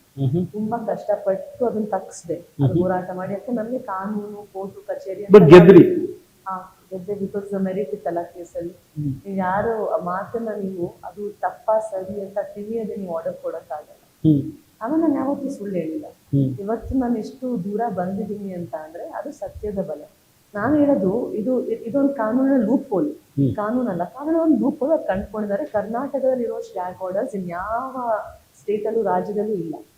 ಅದಕ್ಕೆ ನಮ್ಮ ರಾಜ್ಯದ ಪರಿಸ್ಥಿತಿ ಇವತ್ತು ಜನಕ್ಕೆ ಎಷ್ಟೊಂದು ವಿಷಯ ಗೊತ್ತೇ ಆಗಲ್ಲ. ನೀವು ಹೇಳಿದ್ರಲ್ಲ, ಜನ ನೋಡ್ಬೇಕಾ ಹೇಗೆ ಅವ್ರ ನಾಯಕ ಅಂತ ನೋಡ್ಬೇಕಾ, ಗೊತ್ತಾಗಿರಲ್ಲ ವಿಷಯಗಳು. ಅದನ್ನ ನಾವು ಯಾವಾಗ ನಾವು ನಮ್ಮ ನಡೆ ಮೇಲೆ ನಡ್ಕೊಂಡು ಹೋಗ್ತೀವಲ್ಲ, ಒಂದ್ ಟೈಮಲ್ಲಿ ಸತ್ಯ ಬರ್ಬೇಕಾಗಿದ್ದ ಸಮಯದಲ್ಲಿ ಆಚೆ ಬರುತ್ತೆ. ಕರೆಕ್ಟ್. ನನ್ಗೆ ಅದನ್ನ ತಲುಪಿಸ್ಬೇಕು ಅಂತ ಅಲ್ಲ, ಇದು ನನ್ನ ಹೋರಾಟ. ಜನ ಗುರುತಿಸ್ತಾ ಇದ್ದಾರೆ ಅಷ್ಟೇ. ಇದು ಎಲ್ಲ ಹೋರಾಟಗಳು ಹೀಗೆ ನಡೆದಿರೋದು. ಸಿ gang order based on the ಒಂದು ಆಸ್ಪೆಕ್ಟು ಪ್ರೊಟೆಕ್ಟಿಂಗ್ ಯುವರ್ ಪ್ರೈವಸಿ ಅಂತ. ಬಟ್ ವಿಪರ್ಯಾಸ ಏನು ಅಂದರೆ, ಇವತ್ತು ರಾಜಕಾರಣಿಗಳು ಅವ್ರ CD ರಿಲೀಸ್ ಆಗೋದಕ್ಕಿಂತ ಮುಂಚೆ ಒಟ್ಟಿಗೆ ಹೋಗಿ 15 ಜನ ಸ್ಟೇ ತಂದಿರೋ, ಸ್ವಾಮೀಜಿಗಳು ಸ್ಟೇ ತಂದಿರೋ ಪ್ರಕರಣ ಇದೆ. ನಮ್ಮ ಚಾನಲ್ ಮೇಲೆ ಸ್ಟೇ ತಂದಿರೋ ಪ್ರಕರಣಗಳಿದ್ದಾವೆ. ನಾನು ಇದನ್ನು ಯಾಕೆ ಒತ್ತಿ ಹೇಳ್ತಾ ಇದ್ದೀನಿ ಅಂತ ಅಂದರೆ, ನಾನೊಬ್ಬ ನೀಚ, ನಾನೊಬ್ಬ ದುರ್ಮಾರ್ಗ, ನನ್ನ ಬಗ್ಗೆ ನೀವು ಹೇಳ್ಬೇಡಿ, ಟಿವಿಲಿ ಹೇಳ್ಬೇಡಿ, ಮಾತಾಡಬೇಡಿ ಅಂತಾರೆ. ಮತ್ತೆ ನೀವು ಪ್ರಜಾಪ್ರಭುತ್ವ ವ್ಯವಸ್ಥೆಯಲ್ಲಿ ಪ್ರಜಾನಿಧಿಯಾಗಿ ನೀನು ರೆಪ್ರೆಸೆಂಟೇಷನ್ ತಗೊಂಡು ಬರ್ತೀಯಲ್ಲ, ಇದು ಸರಿನಾ? ಸರಿಯಲ್ಲ. I agree with you. ಪ್ರಜಾಪ್ರಭುತ್ವದಲ್ಲಿ ಅವಕಾಶ ಇರಬೇಕು ಎಲ್ಲ ವಿಷಯಗಳನ್ನ ಮುಕ್ತವಾಗಿ ಮಾತಾಡಕ್ಕೆ. ನೀವು ಲಾಯರ್ ಆಗ್ಬೇಕು ಅಂತ ಓದ್ತಾ ಇದ್ದೀರಿ. ಹೌದು. What is the change, one change ನೀವು ಅದನ್ನ ಇದು ಬದಲಾವಣೆ ಆಗ್ಬೇಕಪ್ಪ ಸಮಾಜದಲ್ಲಿ ಅಂತ ಅನ್ಸೋದು? ಜನರು ಎಚ್ಚೆತ್ಕೊಳ್ಬೇಕು. ಯಾಕಂದ್ರೆ ನಾನು ಒಬ್ಬಳೇ ಚೇಂಜ್ ತರಕ್ಕಾಗಲ್ಲ, ಇಲ್ಲ ನೀವೊಬ್ಬರೇ ಚೇಂಜ್ ತರಕ್ಕಾಗಲ್ಲ. ಎಲ್ಲರಲ್ಲೂ ಅದೊಂದು ಶಕ್ತಿ ಇದೆಯಲ್ಲ, ಅದು ಅವೇಕನ್ ಆಗ್ಬೇಕು. ಅವಾಗ ಸಹಿಸ್ಕೊಳ್ಳೋ ಒಂದು ಶಕ್ತಿ ಕಡಿಮೆ ಆಗ್ತಾ ಹೋದಾಗ, ಇವಾಗ ಎಲ್ಲಾರು ನೇಪಾಲ್ ಉದಾಹರಣೆ ಕೊಡ್ತಾರೆ, ನಾವು ಅದು ಅದನ್ನೇ ಕೊಡೋದು ಬೇಡ. ಅದರಿಂದಷ್ಟು ನಾವು ಜನ ನೋಡ್ತೀರಾ, ಸಮಾಜದಲ್ಲಿ ಎಲ್ಲಾರು ದೊಡ್ಡದಾಗಿ ಮಾತಾಡ್ತಾರೆ. ಬಟ್ ಅವಾಗ ನಿಲ್ಲೋ ಸಮಯ ಬಂದಾಗ, ಇನ್ನೊಬ್ರು ಸಹಾಯ ಮಾಡ್ಬೇಕಾದ ಸಂದರ್ಭ ಬಂದಾಗ ನಿಲ್ಬೇಕು. ಅದು ನನ್ನ ವಿನಂತಿ. ನಿಮ್ಮ ಜೀವನದಲ್ಲಿ ಎಲ್ಲ ಸರಿ ಇದೆ, ನಿಮ್ಮ ಪಕ್ಕದ ಮನೆ ಏನಾದ್ರು ಪ್ರಾಬ್ಲಮ್ ಇದೆ, ನಿಮ್ಮ ಸ್ನೇಹಿತರಿಗೆ ಏನಾದ್ರು ಪ್ರಾಬ್ಲಮ್ ಇದೆಯಾ, ನೀವು ಸಪೋರ್ಟ್ ಮಾಡಿ. ಅದು ಸರಿ ಅಂತ ಅಂದ್ರೆ ಸಪೋರ್ಟ್ ಮಾಡಿ. ನೀವು ಹೇಳಿದ್ರ ನಾಯಕತ್ವ ಏನು ಅಂತ ಅಂದ್ರೆ, ಇನ್ನಷ್ಟು ಜನರನ್ನ ಬೆಳೆಸಕ್ಕೆ ನಿಮ್ಮಲ್ಲಿ ಶಕ್ತಿ ಇರಬೇಕು. ಯಾವಾಗ ನಿಮ್ ಕಡಿಮೆ ಅಂತ ಅನ್ಸುತ್ತೋ, ಇನ್ಸೆಕ್ಯೂರಿಟಿ ಶುರು ಆಗುತ್ತೋ, ಎಲ್ಲ ಮುಗಿಯುತ್ತೆ. ಸೊ ಸಂಘಟನೆ ಅಷ್ಟೊಂದು ಇದ್ರೂನು ಆ ಸಂಘಟನೆಯ ಅರ್ಥ ಮರ್ತೋಗಿದ್ದಾರೆ ಜನ. ಇವಾಗ ಸ್ನೇಹಿತರು ನೋಡಿ, ಇವತ್ತು ಸ್ನೇಹಿತರು ಯಾಕೆ ನಾವು ತುಂಬಾ ಹೇಳ್ತಾರಲ್ಲ, ಫ್ರೆಂಡ್ಶಿಪ್ ಇಸ್ ತುಂಬಾ ಇಂಪಾರ್ಟೆಂಟ್ ಅಂತ. ಯಾಕಂದ್ರೆ ಸ್ನೇಹಿತರಲ್ಲಿ ಅದಿರಲ್ಲ. ಒಬ್ಬ ಸ್ನೇಹಿತ ಅಂದ್ರೆ ಏನು ಎಕ್ಸ್ಪೆಕ್ಟ್ ಮಾಡ್ದಂಗೆ ನಿಮ್ಮನ್ನ ಲವ್ ಮಾಡುವಂಥದ್ದು, ಅಂದ್ರೆ ಪ್ರೀತಿಸಿ ಗೌರವಿಸಿ ನಿಮ್ಮ ಜೊತೆಲಿದ್ದು ನಿಮ್ಮ ಎಮೋಷನ್ಸ್ ನಿಮ್ಮ ಡಿಸಿಷನ್ಸ್ಗಳಿಗೆ ವ್ಯಾಲ್ಯೂ ಕೊಡುವಂತಹ ವ್ಯಕ್ತಿ, ಅದು ಹೆಣ್ಣಾಗಲಿ ಗಂಡಾಗಲಿ. ನಿಮ್ಮ ಮನೆಗೆ ನಿಮ್ಮ ಸ್ನೇಹಿತ ಬರ್ತಾರೆ, ಬಂದ್ಬಿಟ್ಟು ಕೂತ್ಕೊಂಡು TV ಆನ್ ಮಾಡ್ಬಿಟ್ಟು ಅಡುಗೆ ಮನೆಗೆ ಹೋಗಿ, ಅಮ್ಮ ನನ್ಗೆ ಟೀ ಕೊಡಿ, ಇಲ್ಲ ಬಂದ್ಬಿಟ್ಟು ಏನೊಂದು ಟೀ ಶರ್ಟ್ ತುಂಬಾ ನನಗೆ ಬೇವಸ್ತಿದ್ದೀನಪ್ಪ, ನಂಗೊಂದು ಟೀ ಶರ್ಟ್ ಕೊಡು, ನನ್ಗೆ ಇವತ್ತು ನಾನು ಮನೆಗೆ ಹೋಗೋಕ್ಕಾಗಲ್ಲ, ನಾನು ಇಲ್ಲೇ ಉಳ್ಕೊಳ್ತೀನಿ. ಸ್ನೇಹಿತರು ಜೊತೆ ಏನಾಗುತ್ತೆ ಅಂದ್ರೆ, ಆ ಬಾಂಧವ್ಯ ಹೇಗಿರುತ್ತೆ ಅಂದ್ರೆ, ನಂದೇನು ನಿಮ್ದೇನು ಅಂತ ಮರ್ತೋಗಿರ್ತಾರೆ. ಅದು ಸ್ನೇಹಿತರು. ನಿನ್ ಕಷ್ಟ ನನ್ ಕಷ್ಟ, ನಿನ್ ಖುಷಿ ನನ್ ಖುಷಿ, ನೀನ್ ಗೆದ್ರೆ ನಾನ್ ಗೆದ್ದಂಗೆ, ನೀನ್ ಸೋತ್ರೆ ನನ್. ಆತರ ಇವತ್ತು ಸ್ನೇಹಿತರಿದ್ದಾರ? ಅದಕ್ಕೆ ತುಂಬಾ ಪುಣ್ಯ ಮಾಡಿರ್ಬೇಕು. ನನ್ನ ಸ್ನೇಹಿತರಿಂದನೇ ನಾನು ಇವತ್ತಿಗೆ ನಿಂತಿರೋದು. ನನ್ನ ಮೊಟ್ಟ ಮೊದಲ ಸ್ನೇಹಿತ ದೇವರು. ನನ್ನ ನೋವು ಅವನ ನೋವು, ನನ್ನ ಖುಷಿ ಅವನ ಖುಷಿ. ಸೊ ಇದಷ್ಟು ಅನುಭವಗಳು. ಇದು ಈ ಮಾತಿದೆ ನೋಡಿ, ನನ್ನ ಸ್ನೇಹಿತ, ಇದು ಸರೆಂಡರ್ ಆಗೋದ್ರಿಂದ ಬರುತ್ತಾ ಅಥವಾ ಅತಿಯಾದ ನಂಬಿಕೆಯಿಂದ ಬರುತ್ತಾ? ಎರಡು. ನೀವು ಯಾವಾಗ ಬಟ್ ಎರಡು ಡಿಫ್ರೆಂಟ್ ಅಲ್ವಾ? ಈಗ ಎಕ್ಸಾಂಪಲ್, ನಾನು ದೇವರೇ ಕಾಪಾಡಪ್ಪ ತುಂಬ ನಂಬ್ತೀನಿ ಅಂತ ಅನ್ಕೊಳ್ಳಿ, ಆಯ್ತಾ? ಸರೆಂಡರ್ ಆಗೋದಕ್ಕೆ ಆ ಲೆವೆಲ್ಗೆ ಇನ್ನೂ ನನಗೆ ಮೆಚುರಿಟಿ ಬಂದಿಲ್ಲ, ಅಥವಾ ನಾನು ಆ ಲೆವೆಲ್ಗೆ ಬೆಳೆದಿಲ್ಲ ಅಂತ ಇಲ್ಲ. ಸರೆಂಡರ್ ಆಗಬೇಕು ಅಂದ್ರೆ ನೀವು ಎಲ್ಲ ಕಡೆಯಿಂದ ಸೋತಿರ್ಬೇಕು. ಯಾವಾಗ ಸರೆಂಡರ್ ಆಗ್ತೀರಾ? ಕರೆಕ್ಟ್. ನಿಮ್ಮ ಹತ್ರ ಇನ್ನೇನು ಅವಕಾಶಗಳಿಲ್ಲ, ನಿಮ್ಮ ಬಲದಿಂದ ನೀವು ಇನ್ನೇನು ಮಾಡೋಕ್ಕಾಗಲ್ಲ. ಅವಾಗ ದೇವರು ನನ್ನ ಕೈಲಾಗಲ್ಲ. ಸಂಕಟ ಬಂದಾಗ ವೆಂಕಟರಮಣ. ಆದ್ರೆ ಇವತ್ತು ಹೇಗಿದೆ ಅಂದ್ರೆ, ಅಪ್ಲಿಕೇಶನ್ ಹಾಕ್ಬಿಟ್ಟು ಎಕ್ಸ್ಪೈರಿ ಡೇಟ್ ಹಾಕ್ತೀವಲ್ಲ, ನಂಗೆ ಇಷ್ಟ ಟೈಮಲ್ಲಿ ಇಷ್ಟು ಮಾಡಿಕೊಟ್ರೆ ಓಕೆ, ಇಲ್ಲಾಂದ್ರೆ ನಂಗೆ ನಂಬಿಕೆ ಇಲ್ಲ. ಅದು ಸಹಜವಾಗಿ. ಯಾಕಂದ್ರೆ ಅವ್ನು ತಡ್ಕೊಳ್ಳೋ ಶಕ್ತಿ ಇರಲ್ಲ. ಬಟ್ ಆ ತಡ್ಕೊಳ್ಳೋ ಶಕ್ತಿನೂ ನಾವು ದೇವರನ್ನೇ ಕೇಳ್ಬೇಕು. ನಮ್ಗೆ ಏನ್ ಸಂಕಟ ಬಂದ್ರು, ಎಷ್ಟು ಅದನ್ನ ನಮ್ಗೆ ಇನ್ನಷ್ಟು ನಮ್ಗೆ ಶಕ್ತಿ ಕೊಡು, ಸಾಹಸ ಕೊಡು, ಇನ್ನಷ್ಟು ನಮ್ಗೆ ಪೇಷನ್ಸ್ ಕೊಡು ಅಂತ ದೇವರನ್ನೇ ಕೇಳಬೇಕು. ಈ ಜನಗಳಿಗೆ ನೀವೇನಾದ್ರೂ ಈ ಭಕ್ತಿಯ ಬಗ್ಗೆ ಹೇಳ್ಕೊಡೋದಾದ್ರೆ, ಅಥವಾ ನಿಮಗೆ ಆಗಿರುವಂತಹ ಅನುಭವ ಹೇಳ್ಕೊಡೋದಾದ್ರೆ, ಯಾವ ರೀತಿ ಸರೆಂಡರ್ ಆಗ್ಬೇಕು ದೇವರಿಗೆ? ನಾನು ಒಂದೇನು ಬಯಸ್ತೀನಿ ಅಂತ ಅಂದ್ರೆ, ಯಾರೂ ಅಂತ ಒಂದು ಪರಿಸ್ಥಿತಿ ಬರಬಾರ್ದು ಅಂತ. ಯಾಕಂದ್ರೆ ಪರಿಸ್ಥಿತಿ ಹೇಗಿರೋದೇ ಗೊತ್ತಾಗಲ್ಲ. ಎಲ್ಲ ಕಡೆ ಕತ್ಲೆ ಇರುತ್ತೆ, ಓಕೆ. ನೀವು ಆ ಕತ್ಲೆ ನಡ್ಕೊಂಡು ಹೋಗ್ತಾ ಇರ್ಬೇಕು. ಹ್ಮ್. ಆ ಕತ್ಲೆಯಲ್ಲಿ ನಡ್ಕೊಂಡು ಹೋಗೋ ಆ ಪರೀಕ್ಷೆನ ನೀವು ಕೊಟ್ಟು ಅದರಲ್ಲಿ ನೀವು ಪಾಸ್ ಆದ ನಂತರ ದೀಪ ಕಾಣಿಸಿ, ಬೆಳಕು ಕಾಣಿಸಿ. ಹ್ಮ್. ಸೊ ಅದು ಸುಲಭವಾದ ಪರಿಸ್ಥಿತಿ ಅಲ್ಲ, ನಾನು ಅಡ್ವೈಸ್ ಕೊಡೋಷ್ಟು. ಬಟ್ ಯಾರು ಅಲ್ಲಿ ಹೋಗಿ ಬಂದಿದ್ದಾರಲ್ಲ ಅವ್ರಿಗೆ ಅರ್ಥ ಆಗುತ್ತೆ. ಬಟ್ ಈ ಸರೆಂಡರ್ ಆಗೋದು ತುಂಬಾ ಒಳ್ಳೇದು, ಪೀಸ್ ಆಫ್ ಮೈಂಡ್ ಸಿಗುತ್ತೆ ಅಂಡ್ ಮುಕ್ತಿ ಸಿಗುತ್ತೆ, ಅಥವಾ ಮನುಷ್ಯನಿಗೆ ಜೀವನದ ಪರ್ಯಾಯ ಲಾಸ್ಟ್ ಏನಿದೆ ಅದನ್ನ ಅರ್ಥ ಆಗುತ್ತೆ ಅಂತ ಹೇಳ್ತಾರೆ. ಹೌದು, ಕರೆಕ್ಟ್. ಬಟ್ ಸೊ ಅದು ಕಷ್ಟನೇ ಬರ್ಬೇಕಾ ಸರೆಂಡರ್ ಆಗೋದಕ್ಕೆ? ದೇವರೇ ನೀನೇ ಎಲ್ಲ, ನಿನ್ನ ಬಿಟ್ಟರೆ ನನಗೆ ಬೇರೆ ಏನೂ ಇಲ್ಲ, ನನಗೆ ಬೇರೆ ಯಾವ ಆಸೆನೂ ಇಲ್ಲ, ಯಾವ ಏನೋ ಒಂದು ದೊಡ್ಡ ಕಾರ್ ತಗೊಬೇಕು, ದೊಡ್ಡ ಬಂಗ್ಲೆ ತಗೊಬೇಕು, ಇಂಥದ್ದೇನೂ ಇಲ್ಲ, ನೀನು ಎಲ್ಲ ಅಂತ ಸರೆಂಡರ್ ಆಗೋದು ತುಂಬಾ ಕಷ್ಟ ಇದೆ ಅನ್ಸುತ್ತಾ? ಅದು ಕಷ್ಟನೇ ಬರ್ಬೇಕಾ? ಅಲ್ಲ, ಎರಡು ರೀತಿಯಲ್ಲಿದೆ.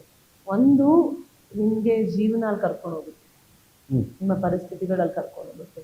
ಇನ್ನೊಂದು ನಿಮ್ಮ ಒಳಗಡೆ ಆ ಒಂದು ವ್ಯಕ್ತಿತ್ವ ಇದ್ರೆ, ನಿಮ್ಮ ಮೇಲೆ ಗುರು ಕೃಪೆ ಇದ್ರೆ, ದೇವರ ಅನುಗ್ರಹ ಇದ್ರೆ, ಅದನ್ನ ಸರೆಂಡರ್ ಆಗ್ತೀವಿ. ಯಾಕಂದ್ರೆ ನಿಮ್ಗೆಲ್ಲ ನೀವು ತಿಳ್ಕೊಂಡಿರ್ತೀರ. ನೋಡಿ, ಇವಾಗ ಯಾವುದೋ ಒಂದು ವಿಷಯ, ಅದು ಇನ್ಫಾರ್ಮೇಶನ್ ಒಂದು, ಅದು ನಮ್ಗೆ ಆ ವಿಷಯ ಗೊತ್ತಿರುತ್ತೆ, ಮಾಹಿತಿ ಇರುತ್ತೆ. ಇನ್ನೊಂದು ಆ ವಿಷಯನ ನಾವು ಕೇಳಿಸ್ಕೊಂಡಿರ್ತೀವಿ, ಇನ್ನೊಂದು ಆ ವಿಷಯನ ನಾವು ಅರ್ಥ ಮಾಡ್ಕೊಂಡಿರ್ತೀವಿ. ಆದ್ರೆ ನಿಜವಾದ ಬದಲಾವಣೆ ಎಲ್ಲಿ ಬರುತ್ತೆ ಅಂದ್ರೆ, ಆ ವಿಷಯನ ಸಂಪೂರ್ಣವಾಗಿ ನಾವು ಜೀವನದಲ್ಲಿ ಅಳವಡಿಸ್ಕೊಂಡಾಗ. ಇವಾಗ ನಾವ್ ಹೇಳ್ತೀವಿ, ಇಲ್ಲಪ್ಪ ಸ್ವಲ್ಪ ಪೇಷನ್ಸ್ ಇಟ್ಕೊ, ಅದು ಪೇಷನ್ಸ್, ನೀವು ಪೇಷನ್ಸ್ ಆಗ್ಬಿಡ್ಬೇಕು. ಇವಾಗ ನಾಳೆ ಏನಾದ್ರು ಪ್ರಾಬ್ಲಮ್ ಆಯ್ತಾ, ಆಯ್ತು. ನಾಳೆ ಏನಾದ್ರು ಪ್ರಾಬ್ಲಮ್ ಆಯ್ತಾ, ಆಯ್ತು. ನೀವು ಯಾವಾಗ ಅದು ಪೇಷನ್ಸ್ನ ಕ್ವೆಶನ್ ಮಾಡಕ್ ಶುರು ಮಾಡ್ತೀರಾ, ಅವಾಗ ನೀವು ಸರೆಂಡರ್ ಆಗಿಲ್ಲ ಅಂತ ಅರ್ಥ. ಸೊ ನೀವು ಸಂಪೂರ್ಣವಾಗಿ ನೀವು ನಂಬಿಕೆ, ನೀವೇನಲ್ಲ ಸರೆಂಡರು ನಂಬಿಕೆ ಯಾವ್ದು ಮೊದಲು? ನಂಬಿಕೆ ಇದ್ರೆ ನೀವು ಸರೆಂಡರ್ ಆಗಕ್ಕಾಗಲ್ಲ. ಸರೆಂಡರ್ ಆಗ್ತಾ ಆಗ್ತಾ ಇನ್ನಷ್ಟು ಅದೆರಡು ಒಂಥರ ಒಟ್ಟಿಗೆ ನಡೆಯುತ್ತೆ, ನಂಬಿಕೆ ಜಾಸ್ತಿ ಆಗ್ತಾ ಹೋಗುತ್ತೆ. ಎಲ್ಲಿಂದ ಸ್ಟಾರ್ಟ್ ಆಯ್ತು ದೇವರ ಭಕ್ತಿ? ನೀವು ಬಿಗಿನಿಂಗ್ ಅಲ್ಲಿ ಹೇಳಿದ್ರಿ ನಾನು ಮೋಸ್ಟ್ ಹೇಟೆಡ್ ಅಂದ್ರೆ ದೇವರೇ. ಸೊ ಆ ಹೇಟು ಲವ್ ಆಗಿದ್ದಲ್ಲಿ ಅದಕ್ಕೆ ಇಂಟರ್ಪ್ರಿಟೇಷನ್ ಜನಗಳಿಗೆ ಮಾಡಿ. Love hate two sides of the same coin. ನಿಮ್ಮಲ್ಲಿ ನೀವು ತುಂಬಾ ಯಾರನ್ನೂ ಪ್ರೀತಿ ಮಾಡ್ತೀರಾ ಅಂದ್ರೆ, ಏನೋ ಒಂದು ಕೆಲಸ ಮಾಡಿದ್ರೆ ಇಲ್ಲ ಏನೋ ಒಂದು ತಪ್ಪು ಮಾಡಿದ್ರೆ ಅದು ಇಷ್ಟನೇ ಆಗಲ್ಲ ಅಲ್ವಾ? ಇದು ಸಹಜ ಎಮೋಷನ್. ಇದು ದೇವರು ಅಂತ ಅಂದಾಗ ನಾವು ಕೇಳಿರ್ತೀವಿ ಚಿಕ್ಕ ವಯಸ್ಸಿಂದ. ನನ್ನೊಂದೆಷ್ಟು ಸಣ್ಣ ಸಣ್ಣ ಘಟನೆಗಳಿವೆ. ನಂದೊಂದ್ಸತಿ ಇದನ್ನ ನಾನು ಮುಂಚೆ ಶೇರ್ ಮಾಡ್ಕೊಂಡು ಗೊತ್ತಿನ ಶೇರ್ ಮಾಡಿದೀನೋ, ನನ್ಗೆ ನಮ್ಮ ತಾಯಿ ಒಂದು ವಾಲೆ ಹಾಕಿದೆ, ಚಿಕ್ಕ ವಾಲೆ, ಗೋಲ್ಡ್. ಚಿಕ್ಕ ವಯಸ್ಸಲ್ಲಿ ಪುಟಾಣಿ ಚಿಕ್ಕ ಹುಡುಗಿ ಆಗಿದ್ದಾಗ ನಾವೆಲ್ಲೋ ಒಂದ್ ಕಡೆ ಟ್ರಿಪ್ ಹೋಗಿದ್ವಿ, ಅದ್ ವಾಲೆ ಕಳ್ದೋಗಿದೆ, ಬಸ್ಸಲ್ಲಿ ಕಳ್ದೋಗಿದ್ವಿ, ಎಲ್ಲೋ ಕಳ್ದೋಗಿದೆ. ನನ್ ಭಯ ನಮ್ಮ ತಾಯಿಗೆ ಹೇಳಕ್ಕೆ, ಚಿನ್ನ ಅದು ಇದು ಗೊತ್ತಿಲ್ಲ ಹೇಗೆ ಅಂತ. ಆವಾಗ ನಾನು ಕುತ್ಕೊಂಡು, ನಾವು ಟಿವಿ ನೋಡ್ತಿದ್ವಿ, ನಿಮ್ಗೆ ಇದು ಭಕ್ತ ಪ್ರಹ್ಲಾದ, ಆಮೇಲೆ ಇದು ಶಬರಿಮಲೆ, ಇದು ಅಯ್ಯಪ್ಪ ಸ್ವಾಮಿದೆಲ್ಲ ನಮ್ಮ ಫಿಲ್ಮ್ಗಳು ತುಂಬಾ ಇರ್ತಾರೆ, ರಾಜ್ಕುಮಾರ್ ಫಿಲ್ಮ್ಗಳೆಲ್ಲ. ಸೊ ಅಲ್ಲಿ ನೋಡ್ತಿದ್ವಿ, ಏನಾದ್ರು ಆದ್ರೆ ಕೂತ್ಕೊಂಡು ನಾವು ಓಂ ನಮಃ ಶಿವಾಯ ಓಂ ನಮಃ ಶಿವಾಯ ಮಾಡ್ಬೇಕು ಅಂತ, ಅಷ್ಟೇ ಚಿಕ್ಕ ವಯಸ್ಸಲ್ಲ. ಸೊ ಆ ಕುತ್ಕೊಂಡು ನಾನು ಈ ಪರಿಸ್ಥಿತಿಲಿ ಭಯ ಅಲ್ವಾ, ಕೂತ್ಕೊಂಡು ಆತರ ದೇವ್ರೇ ಪ್ಲೀಸ್ ದೇವ್ರೇ, ಅದು ಅವಾಗ ಒಂಥರ ಮುಗ್ಧ ಮನಸ್ಸು. ಆಮೇಲೆ ಒಂದ್ ಎರಡು ನನಗೆ ಅದು ವಾಪಸ್ ಸಿಕ್ಕಿತ್ತು. ಅದೇ ಎಲ್ಲೋ ಸಿಕ್ತು, ಏನೋ ಆಯ್ತು. ಸೊ ಅದರ ಹೇಗೆ ಹೇಳ್ತೀರಾ ನೀವು, ಈ ತರ ಒಂದಷ್ಟು ದೇವ್ರಿದಾನಪ್ಪ, ದೇವ್ರು ಹುಡುಕೊಟ್ಟ, ಸಿಕ್ತ ದೇವ್ರು ನನಗೆ ಕೊನೆಗೂ. ಆಮೇಲೆ ಯಾವತ್ತು ನಿಮ್ಮ ಮನಸ್ಸನ್ನ ಯಾವತ್ತು ಹಂಚ್ಕೊಳಕ್ ಆಗಿಲ್ಲ ಬೇರೆಯವ್ರ ಜೊತೆ, ಅವಾಗ ಅವತ್ತ ಏನೇ ನನ್ನ ಜೊತೆ ಇದು ಮಾಡಿದ್ರೆ ನಿಜವಾಗ್ಲೂ ಇದೆಯಾ, ಹೇಳ್ತಾರಲ್ಲ ದೇವ್ರು ನಿಜವಾಗ್ಲೂ ಇದೆಯಾ, ನಿಜವಾಗ್ಲೂ ಇದೆ ಇದ್ರೆ ನೀನು ತೋರಿಸು. ಬಟ್ ಯಾವಾಗ ಆ ಒಂದು ಫೇಸ್ ಮುಗೀತು ನನ್ನ ಲೈಫಲ್ಲಿ, ಒಂದಷ್ಟು ಬದಲಾವಣೆಗಳಾಯ್ತು ಮಾನಸಿಕವಾಗಿ. ಅವಾಗ ನನ್ಗನ್ಸ್ತು, ನಾನು ಎಷ್ಟೊಂದು ಒಂದು ವಿಚಿತ್ರವಾದ ಪರಿಸ್ಥಿತಿಗಳಿದ್ದೆ ಇತ್ತು ನನ್ನ ಜೀವನದಲ್ಲಿ. ನಾನು ಬಾಂಬೆಲಿ 1-2 ವರ್ಷ ಇದ್ದೆ. ಬಾಂಬೆಲಿ ಯಾವಾಗ ನನ್ನ ಫಿಲ್ಮ್ಸ್ ಮಾಡೋಕ್ಕಾಗಿಲ್ಲ, ಅಲ್ಲೊಂದಷ್ಟು ಪ್ರಯತ್ನಗಳನ್ನ ಮಾಡೋಣ ಅಂತ. ಅವಾಗ ದುಡ್ಡಿರ್ಲಿಲ್ಲ ನನ್ನ ಕೈಯಲ್ಲಿ. ಆದ್ರೆ ಹಠ, ಇಲ್ಲ ನಾನು ಮಾಡಲೇಬೇಕು, ಇಲ್ಲ ಬೇರೆ ಬೇರೆ ಕಡೆ ಮಾಡ್ತೀನಿ, ನಾನು ಪ್ರಯತ್ನಗಳನ್ನ ಮಾಡಬೇಕು. ನನ್ಗೇನು ತುಂಬಾ ನನ್ನ ತಾಯಿ ಮತ್ತೆ ನನ್ನ ತಮ್ಮ ಅಂದ್ರೆ ತುಂಬಾ ಒಲವು, ಅವ್ರಿಗೊಂದು ಜಾಗ ತಲುಪಿಸ್ಬೇಕು ಅಂತ. ಸೊ ಬಾಂಬೆಗೆ ಹೋದೆ. ಕಾರ್ ಇತ್ತು ಅವಾಗ ನನ್ನ ಹತ್ರ, ಎಲ್ಲ ಸಾಮಾನು ತುಂಬಿಕೊಂಡು ಹೊರಟ್ಬಿಟ್ಟೆ. ಅಲ್ಲಿ ಹೋದೆ, ಮನೆ ಇರಲಿಲ್ಲ. ಅಂದ್ರೆ ಎಲ್ಲಿಂದ ಅದು ಆ ಧೈರ್ಯ ಇಲ್ಲ, ಅದೇನು ಜಾಸ್ತಿ ಯೋಚನೆ ಮಾಡಿಲ್ಲ. ಬಟ್ 9 ದಿವಸ ಕಾರಲ್ಲೇ ಮಲ್ಕೊಂಡಿದ್ದೆ, ರೋಡಲ್ಲಿ ಕಾರ್ ಮಾಡ್ಕೊಂಡು. ಅದೆಲ್ಲ ನೋಡ್ತಾ ಇದ್ರೆ ಅದ್ ಹೇಗೆ ಇವಾಗ ಯೋಚನೆ ಮಾಡ್ತಾ ಬಾಂಬೆ ಸಿಟಿನೇ ಹಂಗೆ ಜೀವ ಕೊಟ್ಬಿಡುತ್ತೆ. ಹೌದು ಹೌದು ಹೌದು. ಆಮೇಲೆ ಒಂದ್ ಟೈಮಲ್ಲಿ ಹೇಗಿತ್ತು ಅಂತ ಅಂದ್ರೆ, ದುಡ್ಡಿರ್ಲಿಲ್ಲ ರೆಂಟ್ ಕಟ್ಟಕ್ಕೆ ಏನು ಇಲ್ಲ ಅಂತ. ಯಾಕಂದ್ರೆ ನಾವು ಒಂದಷ್ಟು ಸಿದ್ಧಾಂತಗಳು ಅಲ್ಲಿ ಅದು ನಡ್ಕೊಂಡು ಹೋದಾಗ ನನ್ಗೆ ಅದು ಅರ್ಥನೇ ಆಗಿಲ್ಲ ಇಂಡಸ್ಟ್ರಿಯಲ್ಲಿ. ಸೊ ಆ ಇಂಡಸ್ಟ್ರಿ ಅರ್ಥ ಆಗಿಲ್ಲ ಅಂತ ಅಂದ್ಬಿಟ್ಟು ಇವಾಗ ದುಡ್ಡಿನ ವ್ಯವಸ್ಥೆ ಹೇಗೆ ಮಾಡೋದು ಅಂತ ಒಂದಷ್ಟು ಆ, ಬೇರೆ ಬೇರೆ ಆಪರ್ಚುನಿಟೀಸ್ ಹುಡುಕ್ಬೇಕಾದ್ರೆ ನನಗೆ ಸಾರಿ ಕ್ಯಾಟ್ಲಾಗ್ ಶೂಟ್ ಮಾಡ್ತಾರಲ್ಲ ಅದ್ರಲ್ಲಿ ಅವಕಾಶ ಸಿಗುತ್ತೆ. ಸೊ ಅದು ಹೇಗೆ ಅಂತ ಅಂದರೆ ನೀವು ಬೆಳಗ್ಗೆ 2:30ಗೆ ಎದ್ಬಿಟ್ಟು 3:30ವರೆಗೆ ನೀವು ಟ್ರೈನ್ ತೊಗೋಬೇಕು. ಅಲ್ಲಿ ಮಲಾಡ್ ಅಂತ ಇದೆ, ಮಲಾಡ್ ವೆಸ್ಟ್ನ ಟ್ರೈನ್ ತೊಗೊಂಡ್ರೆ ಅಲ್ಲಿಂದ ಸೂರತ್ಗೆ ಹೋಗುತ್ತೆ ಗುಜರಾತಲ್ಲಿ. ಅಲ್ಲಿ ಹೋಗ್ಬಿಟ್ಟು ಅಲ್ಲಿ ನಿಲ್ಕೊಂಡು, ಅದಕ್ಕಿಂತ ಮುಂಚೆ ಒಂದು ಸ್ಟಾಪ್ ಬರುತ್ತೆ, ಅಲ್ಲಿ ನಿಲ್ಕೊಂಡು 9 ಗಂಟೆ ಅಲ್ಲಿ ತಲುಪಿಬಿಟ್ಟು 10 ಗಂಟೆಗೆ ಶೂಟ್ ಶುರು ಆಗುತ್ತೆ. ಅಲ್ಲಿ ಸಾರಿ ಮಾರ್ಕೆಟ್ ತುಂಬಾ ದೊಡ್ಡದು ಗುಜರಾತಲ್ಲಿ. ಎಲ್ಲ ಸಿಗರು ಇಲ್ಲೇ ಇಂಪೋರ್ಟ್ ಆಗುತ್ತೆ. ಹೌದು. ಸೊ 10 ಗಂಟೆಗೆ ಅಲ್ಲಿ ಶೂಟ್ ಶುರು ಆದ್ರೆ 5 ಗಂಟೆಗೆ ಮುಗಿಸಿದ್ರೆ 5:15 6 ಗಂಟೆಗೂ ಟ್ರೈನ್ ಇದೆ. ಅದು ಮಿಸ್ ಆದ್ರೆ ಇನ್ನ 9:30ಗೂ ಟ್ರೈನ್ ಇದೆ. ಸೊ ಅಷ್ಟರಲ್ಲಿ ಒಂದು 20 ಸೀರೆನೋ ಹಾಗೆ ಕ್ಯಾಟ್ಲಾಗ್ ಶೂಟ್ ಮಾಡಬೇಕು. ನೀವು ಒಂದು ಸೀರೆಗೆ 800 ಇಲ್ಲ 1,000 ರೂಪಾಯಿ ಕೊಡ್ತಾರೆ. ಸೊ ಅವಾಗ ಏನು ಮಾಡಿದೆ ನಾನು ಅಂತ ಅಂದರೆ, ಓಕೆ ಇದರಲ್ಲಿ ನಾನು ಈ ಥರ ಒಂದು 3-4 ಶೂಟ್ ಮಾಡಿದೆ ತಿಂಗಳಿಗೆ. ನನಗೆ ದಿನಕ್ಕೆ ಒಂದು 20 ಸಾರಿ ಮಾಡಿದೆ, ನನಗೆ 20,000, 20,000, 40,000, 60,000 ಅಂಥ ಪರಿಸ್ಥಿತಿಗಳನ್ನು ನಾನು ನೋಡಿದ್ದೀನಿ. ಅವತ್ತಿನ 40,000 ತುಂಬ ದೊಡ್ಡದು. ಹೌದು. ಆಮೇಲೆ ನಾನೇ ಸಂಪಾದನೆ ಮಾಡಬೇಕಾಗಿತ್ತು. ನಿಜವಾಗ್ಲೂ ಯೋಗೇಶ್ವರ್ ಅವರ ಪುತ್ರಿ ಇಷ್ಟು ಕಷ್ಟಪಟ್ಟರು ಅಂದರೆ ಜನ ನಂಬ್ತಾರ? ಕಷ್ಟಪಟ್ಟಿದ್ದೀನಿ, ಜನ ನಂಬ್ತಾರ, ಅದು ಅವ್ರ ಆಯ್ಕೆ, ನಂಬ್ತಾರ ಬಿಡ್ತಾರ.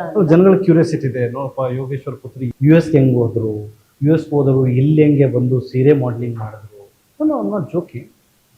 ಲೈಫು ಹೇಗೆ ಅಂದರೆ ರಾಘವೇಂದ್ರ ಅವರೇ, ನೀವು ಎಷ್ಟು ಜಸ್ಟಿಫಿಕೇಶನ್ ಕೊಡ್ತೀರಾ, ಎಷ್ಟು ಎಕ್ಸ್ಪ್ಲೇನ್ ಮಾಡ್ತೀರಾ.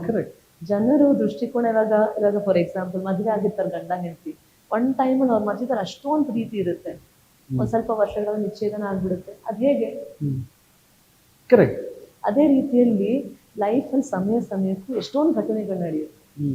ಯಾವಾಗ ಒಂದು ಹಂತಕ್ಕೆ ಅದು ನೀರು ಹೋಗುತ್ತಲ್ಲ, ಅವಾಗ ಮಾರ್ಗಗಳು, ರಸ್ತೆಗಳು, ಮನಸ್ಸುಗಳು ದೂರ ಆಗ್ತದೆ. ಅದರಲ್ಲಿ ಅವ್ರು ಒಂದಷ್ಟು ಮಾಡಿಲ್ಲ, ಒಂದಷ್ಟು ಮಾಡಿದ್ರು, ಇದು ಮಾಡ್ದಲ್ಲ, ಇದು ಮಾಡಿಲ್ಲ, ಹಂಗೆ ನೋಡಿದ್ರೆ ನಮ್ಗೆ ಅರ್ಥ ಮಾಡ್ಕೊಳ್ಳೋಕೆ ಆಗಲ್ಲ. ಅದಕ್ಕೆ ನಾನು ಹೇಳ್ದಲ್ಲ, ಅವ್ರ ವಿರುದ್ಧ ನನಗೇನೂ ಇಲ್ಲ, ಬಟ್ ಇದು ಒಂದು ನನ್ನ ತತ್ವ ಸಿದ್ಧಾಂತಗಳ ಯುದ್ಧ.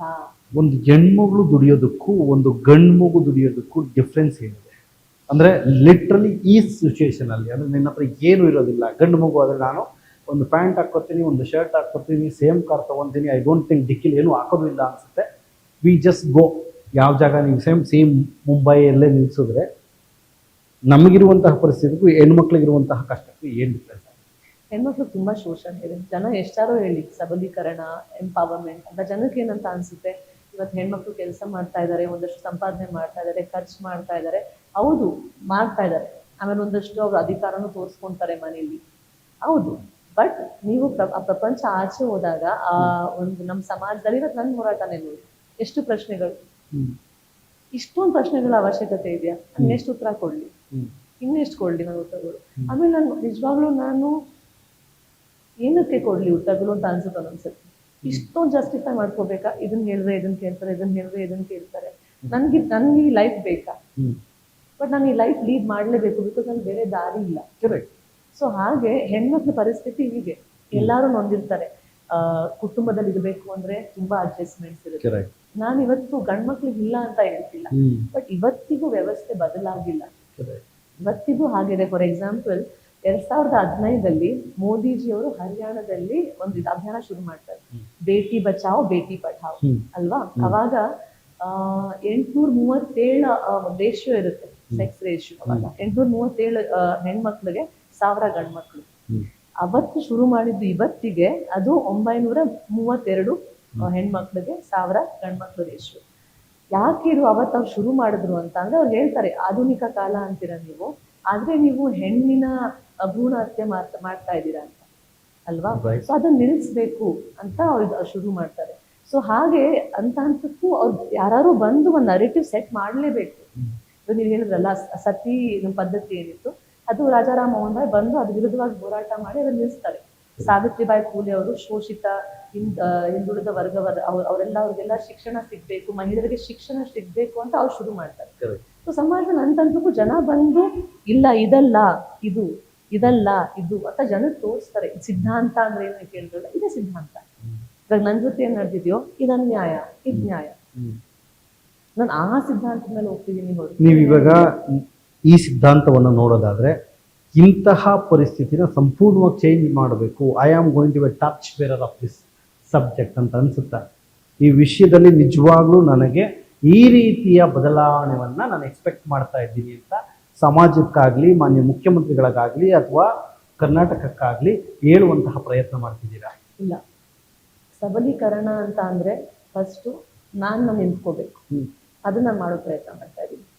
ಹೌದು, ನಾನು ತುಂಬಾ ದೊಡ್ಡವ್ರ ಹತ್ರ ಹೋಗಿದ್ದೀನಿ, ಒಳ್ಳೆ ಸ್ಥಾನ, ಒಳ್ಳೆ ಅಧಿಕಾರ, ಜನ ಅವ್ರನ್ನ ಆಯ್ಕೆ ಮಾಡಿದ್ದಾರೆ, ಗಣ್ಯರು, ಒಂದಷ್ಟು ತುಂಬಾ ತಿಳುವಳಿಕೆ ಇದೆ, ಪ್ರಪಂಚ ನೋಡ್ತಾರೆ, ಅವ್ರ ಹತ್ರ ಹೋಗಿ ಈ ವಿಷಯಗಳನ್ನ ಹಂಚ್ಕೊಂಡಿದೀವಿ. ಯಾಕೆ ಅಂದ್ರೆ ಇಂಥವ್ರು ಯಾರು ನಿಮ್ಮೆಲ್ಲರಿಗೂ ಶಕ್ತಿ ಇದೆ ಈ ಅನ್ಯಾಯಗಳನ್ನು ನಿಲ್ಸಕ್ಕೆ, ಬದಲಾವಣೆ ತರಕ್ಕೆ. ನೀವೆಲ್ಲರೂ ಸಹಾಯ ಮಾಡಬೇಕು. ಇಂಥವ್ರು ಇದ್ರೆ ಅಂಥವ್ರು ಸಹ, ಬಿಕಾಸ್ ಜನರ ನಿರೀಕ್ಷೆ ಅದು, ನೀವು ಸಹಾಯ ಮಾಡಿ ಅಂತ.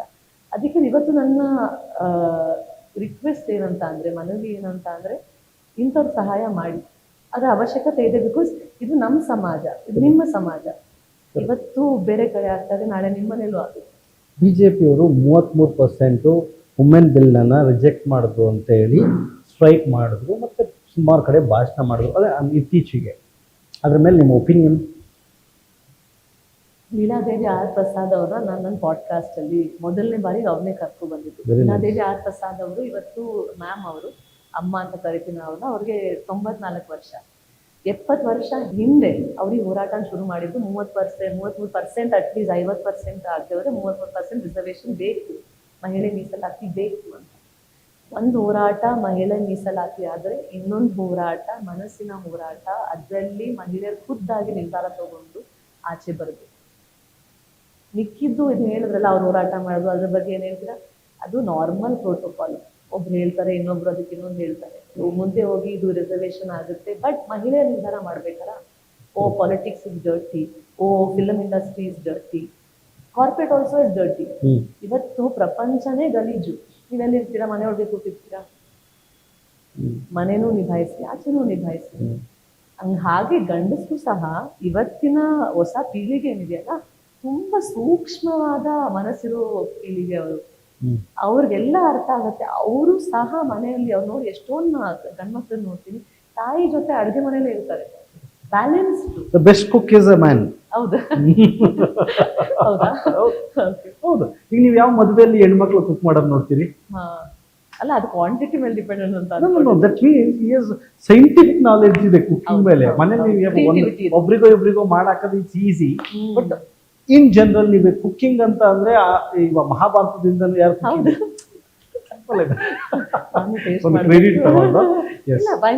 ಇದು ಹೇಳ್ದಂಗೆ ಇದು ಜೆಂಡರ್ ವಿಷಯ ಬರಲ್ಲ. ನಾವು ಇವಾಗ ಮಾತಾಡ್ತಾ ಇದ್ವಿ ವಿಮೆನ್ ಎಂಪವರ್ಮೆಂಟ್ ಅಂತ. ಹೌದು, ಅದಕ್ಕೆ ನೀವು ಹೇಳಿದ್ರಲ್ಲ ವಿಮೆನ್ ಎಂಪವರ್ಮೆಂಟ್ ಅಂತ ಏನ್ ಮಾಡ್ಬೇಕು? ಮಹಿಳೆ ಆಚೆ ಬರ್ಬೇಕು. ಬಂದಿದ್ದಾರೆ, ಸಂಪಾದನೆ ಮಾಡ್ತಿದ್ದಾರೆ. ನೀವು ಸಂಪಾದನೆ ಮಾಡಿದ್ರಿ ಅಂತ ಅಂದ್ರೆ ನಿಮ್ಗೆ ಸ್ವತಂತ್ರ ಸಿಕ್ತು ಅಂತ ಅಲ್ಲ. ಇಲ್ಲ, ನೀವು ಸಂಪಾದನೆ ಮಾಡ್ತಾ ಇದ್ದೀರಾ ಅಂತ ಅಂದ್ರೆ ನೀವು ಮನೆಗೆ ಹೋಗ್ಬಿಟ್ಟು ಅಧಿಕಾರ ಚಲಾಯಿಸ್ಬೇಕು ಅಂತ ಅಲ್ಲ. ಬಿಜೆಪಿ ಮೆಂಬರ್ಶಿಪ್ ತಗೊಂಡಿದ್ದೀರಾ ಮೇಡಮ್? ಇಲ್ಲ ಇಲ್ಲ. ಬಿಜೆಪಿ ಪರ ಬ್ಯಾಟ್ ಮಾಡ್ತೀರಾ? ಅದು ಸಮಯ ಹೇಳುತ್ತೆ. ಬಿಕಾಸ್ ಸಮಯ ಹೇಳುತ್ತೆ. ಬಿಕಾಸ್ ಎಲ್ಲರೂ ಕೇಳ್ತಾರೆ, ನೀವು ರಾಜಕೀಯಕ್ಕೆ ಬರ್ತೀರಾ ಏನು ಅಂತ. ಬಟ್ ನಿಜವಾಗ್ಲೂ ಹೇಳ್ಬೇಕಂದ್ರೆ ನನ್ನ ಹತ್ರ ದುಡ್ಡಿನ ಶಕ್ತಿ ಇಲ್ಲ, ಜನಶಕ್ತಿನೂ ಇಲ್ಲ. ದೇವಸ್ಥಾನದ ಕಾರ್ಯಕ್ರಮ ಜನಶಕ್ತಿ ನೋಡಿದೆ ನಾನು ಅಂತ ಅನಿಸ್ತು. ಅದು ಊರಬ್ಬ, ಎಲ್ಲರೂ ಬಂದು ಸೇರಿದ್ರು. ಅದು ನನ್ನ ಊರು. ನಾನು ಎಲ್ಲಿ ಕೂತಿದ್ದೆ ಅಲ್ಲೂ ತುಂಬಾ ಜನ ಬಂದು ಭೇಟಿಯಾದ್ರು. ಇಲ್ಲ ಅಕ್ಕ, ನಿನ್ನ ನೋಡಿದ್ವಿ, ಬಂದು ಮಾತಾಡ್ಸ್ಬೇಕು ಅಂತ. ಸೊ ನಿಮ್ಗೆ ಹೇಳಿದ್ನಲ್ಲ, ಯಾವಾಗ ಹೋಗಿ ಬರುತ್ತೆ ಮನಸ್ಸು ಅಂತ. ಅವಾಗ ನಾನು ಯಾಕೆ ಇದನ್ನು ಕೇಳಿದೆ ಅಂದ್ರೆ, ಬಿಜೆಪಿ ಇತ್ತೀಚೆಗೆ ಒಂದು ಅಪಪ್ರಚಾರವನ್ನ ಮಾಡ್ತು, ವುಮೆನ್ ಬಿಲ್ ಅನ್ನ ರಿಜೆಕ್ಟ್ ಮಾಡ್ತು ಲೋಕಸಭಾ ಸದನ ಅಂತ. ಇದು ನಿಮ್ಮ ಗಮನಕ್ಕಿದೆಯಾ? ನಾನು ನೋಡಿದೆ, ಅದು ಎಲ್ಲ ಫುಲ್ ಘಟನೆಗಳ ಸೀರೀಸ್ ಆಫ್ ಇವೆಂಟ್ಸ್ ನಾನು ನೋಡಿದೆ. ರೈಟ್. ನೀವೇನಾದ್ರ ಮೇಲೆ ಅದ್ರ ಮೇಲೆ ಕಮೆಂಟ್ ಮಾಡೋ ಇಷ್ಟಪಡ್ತೀರಾ? ಅದು ರಿಜೆಕ್ಟ್ ಆಗಿಲ್ಲ. ಜಸ್ಟ್ ನಿಮ್ಗೊಂದು ಹಿಂಟ್ಸ್ ಕೊಡ್ತೀನಿ. ಅವರು ಮೊದಲೇ ವುಮೆನ್ ಬಿಲ್ಲು ಪಾಸ್ ಆಗಿದೆ, ಬಟ್ ಇವಾಗ ಮಾಡಿದ್ದು ನಮಗಿರುವಂತಹ ಲೋಕಸಭಾ ಸೀಟ್ಗಳೇನಿದೆ 524, ಅದರಲ್ಲಿ 33% ತಗೊಳ್ಳಿ ಅಂತ. ಸೊ ಎಲ್ಲ ಪಕ್ಷಗಳೇ ನಿರ್ಧಾರ ಮಾಡ್ತು ಸೌತ್ಗೆ ಮೋಸ ಆಗುತ್ತೆ, ಇಲ್ಲೆಲ್ಲೋ ನಮ್ಮನ್ನ ಮೋಸ ಮಾಡ್ತಾರೆ, ಸೊ ಹಾಗಾಗಿ ಈ ಬಿಲ್ಲನ್ನು ಪಾಸ್ ಮಾಡಿಸ್ಬಾರ್ದು ಅಂತೇಳಿ ರಿಜೆಕ್ಟ್ ಮಾಡಿದ್ರು. ಬಟ್ BJP ಅದನ್ನ ಮಹಿಳಾ ವಿರುದ್ಧನೇ ತಿರುಗಿಸ್ಬಿಡ್ತು. ಏನಂತ, ಇಲ್ಲ ಹೆಣ್ಮಕ್ಳು ವಿರೋಧಿಗಳು ಇವರೆಲ್ಲರೂ ಅಂತ. ಮಹಿಳೆಯರಿಗೆ ಒಂದು ಹಕ್ಕು ಬೇಕು, ಮಹಿಳೆಯರಿಗೆ ಒಂದು ಸ್ಥಾನ ಬೇಕು, ಮಹಿಳೆಯರಿಗೆ ಒಂದು ಸ್ವಲ್ಪ ಬ್ರೀತಿಂಗ್ ಸ್ಪೇಸ್ ಕೊಡ್ರಪ್ಪ. ನೀವೆಲ್ಲ ಹೇಳ್ತೀರಿ ಶ್ರೀ ಶಕ್ತಿ ಅಂತೀರಿ, ಅಮ್ಮ ಅಂತೀರಿ, ತಾಯಿ ಅಂತೀರಿ, ದೇವತೆ ಅಂತೀರಿ, ಚಿನ್ನ ಅಂತೀರಿ, ಎಲ್ಲ ಅಂತೀರಿ, ಕೊನೆಗೆ ಎಲ್ಲಿ ಇಡಬೇಕು ಅಲ್ಲೇ ಇಡಬೇಕು ಅಂತ ಹೇಳ್ತೀರಿ. ನಿಮ್ಮ ವಾಕ್ಯನೇ ಇದು, ನಂದಲ್ಲ. ಸೊ ಅದಕ್ಕೆ ರಿಲೇಟೆಡ್ ಇದಿದೆ.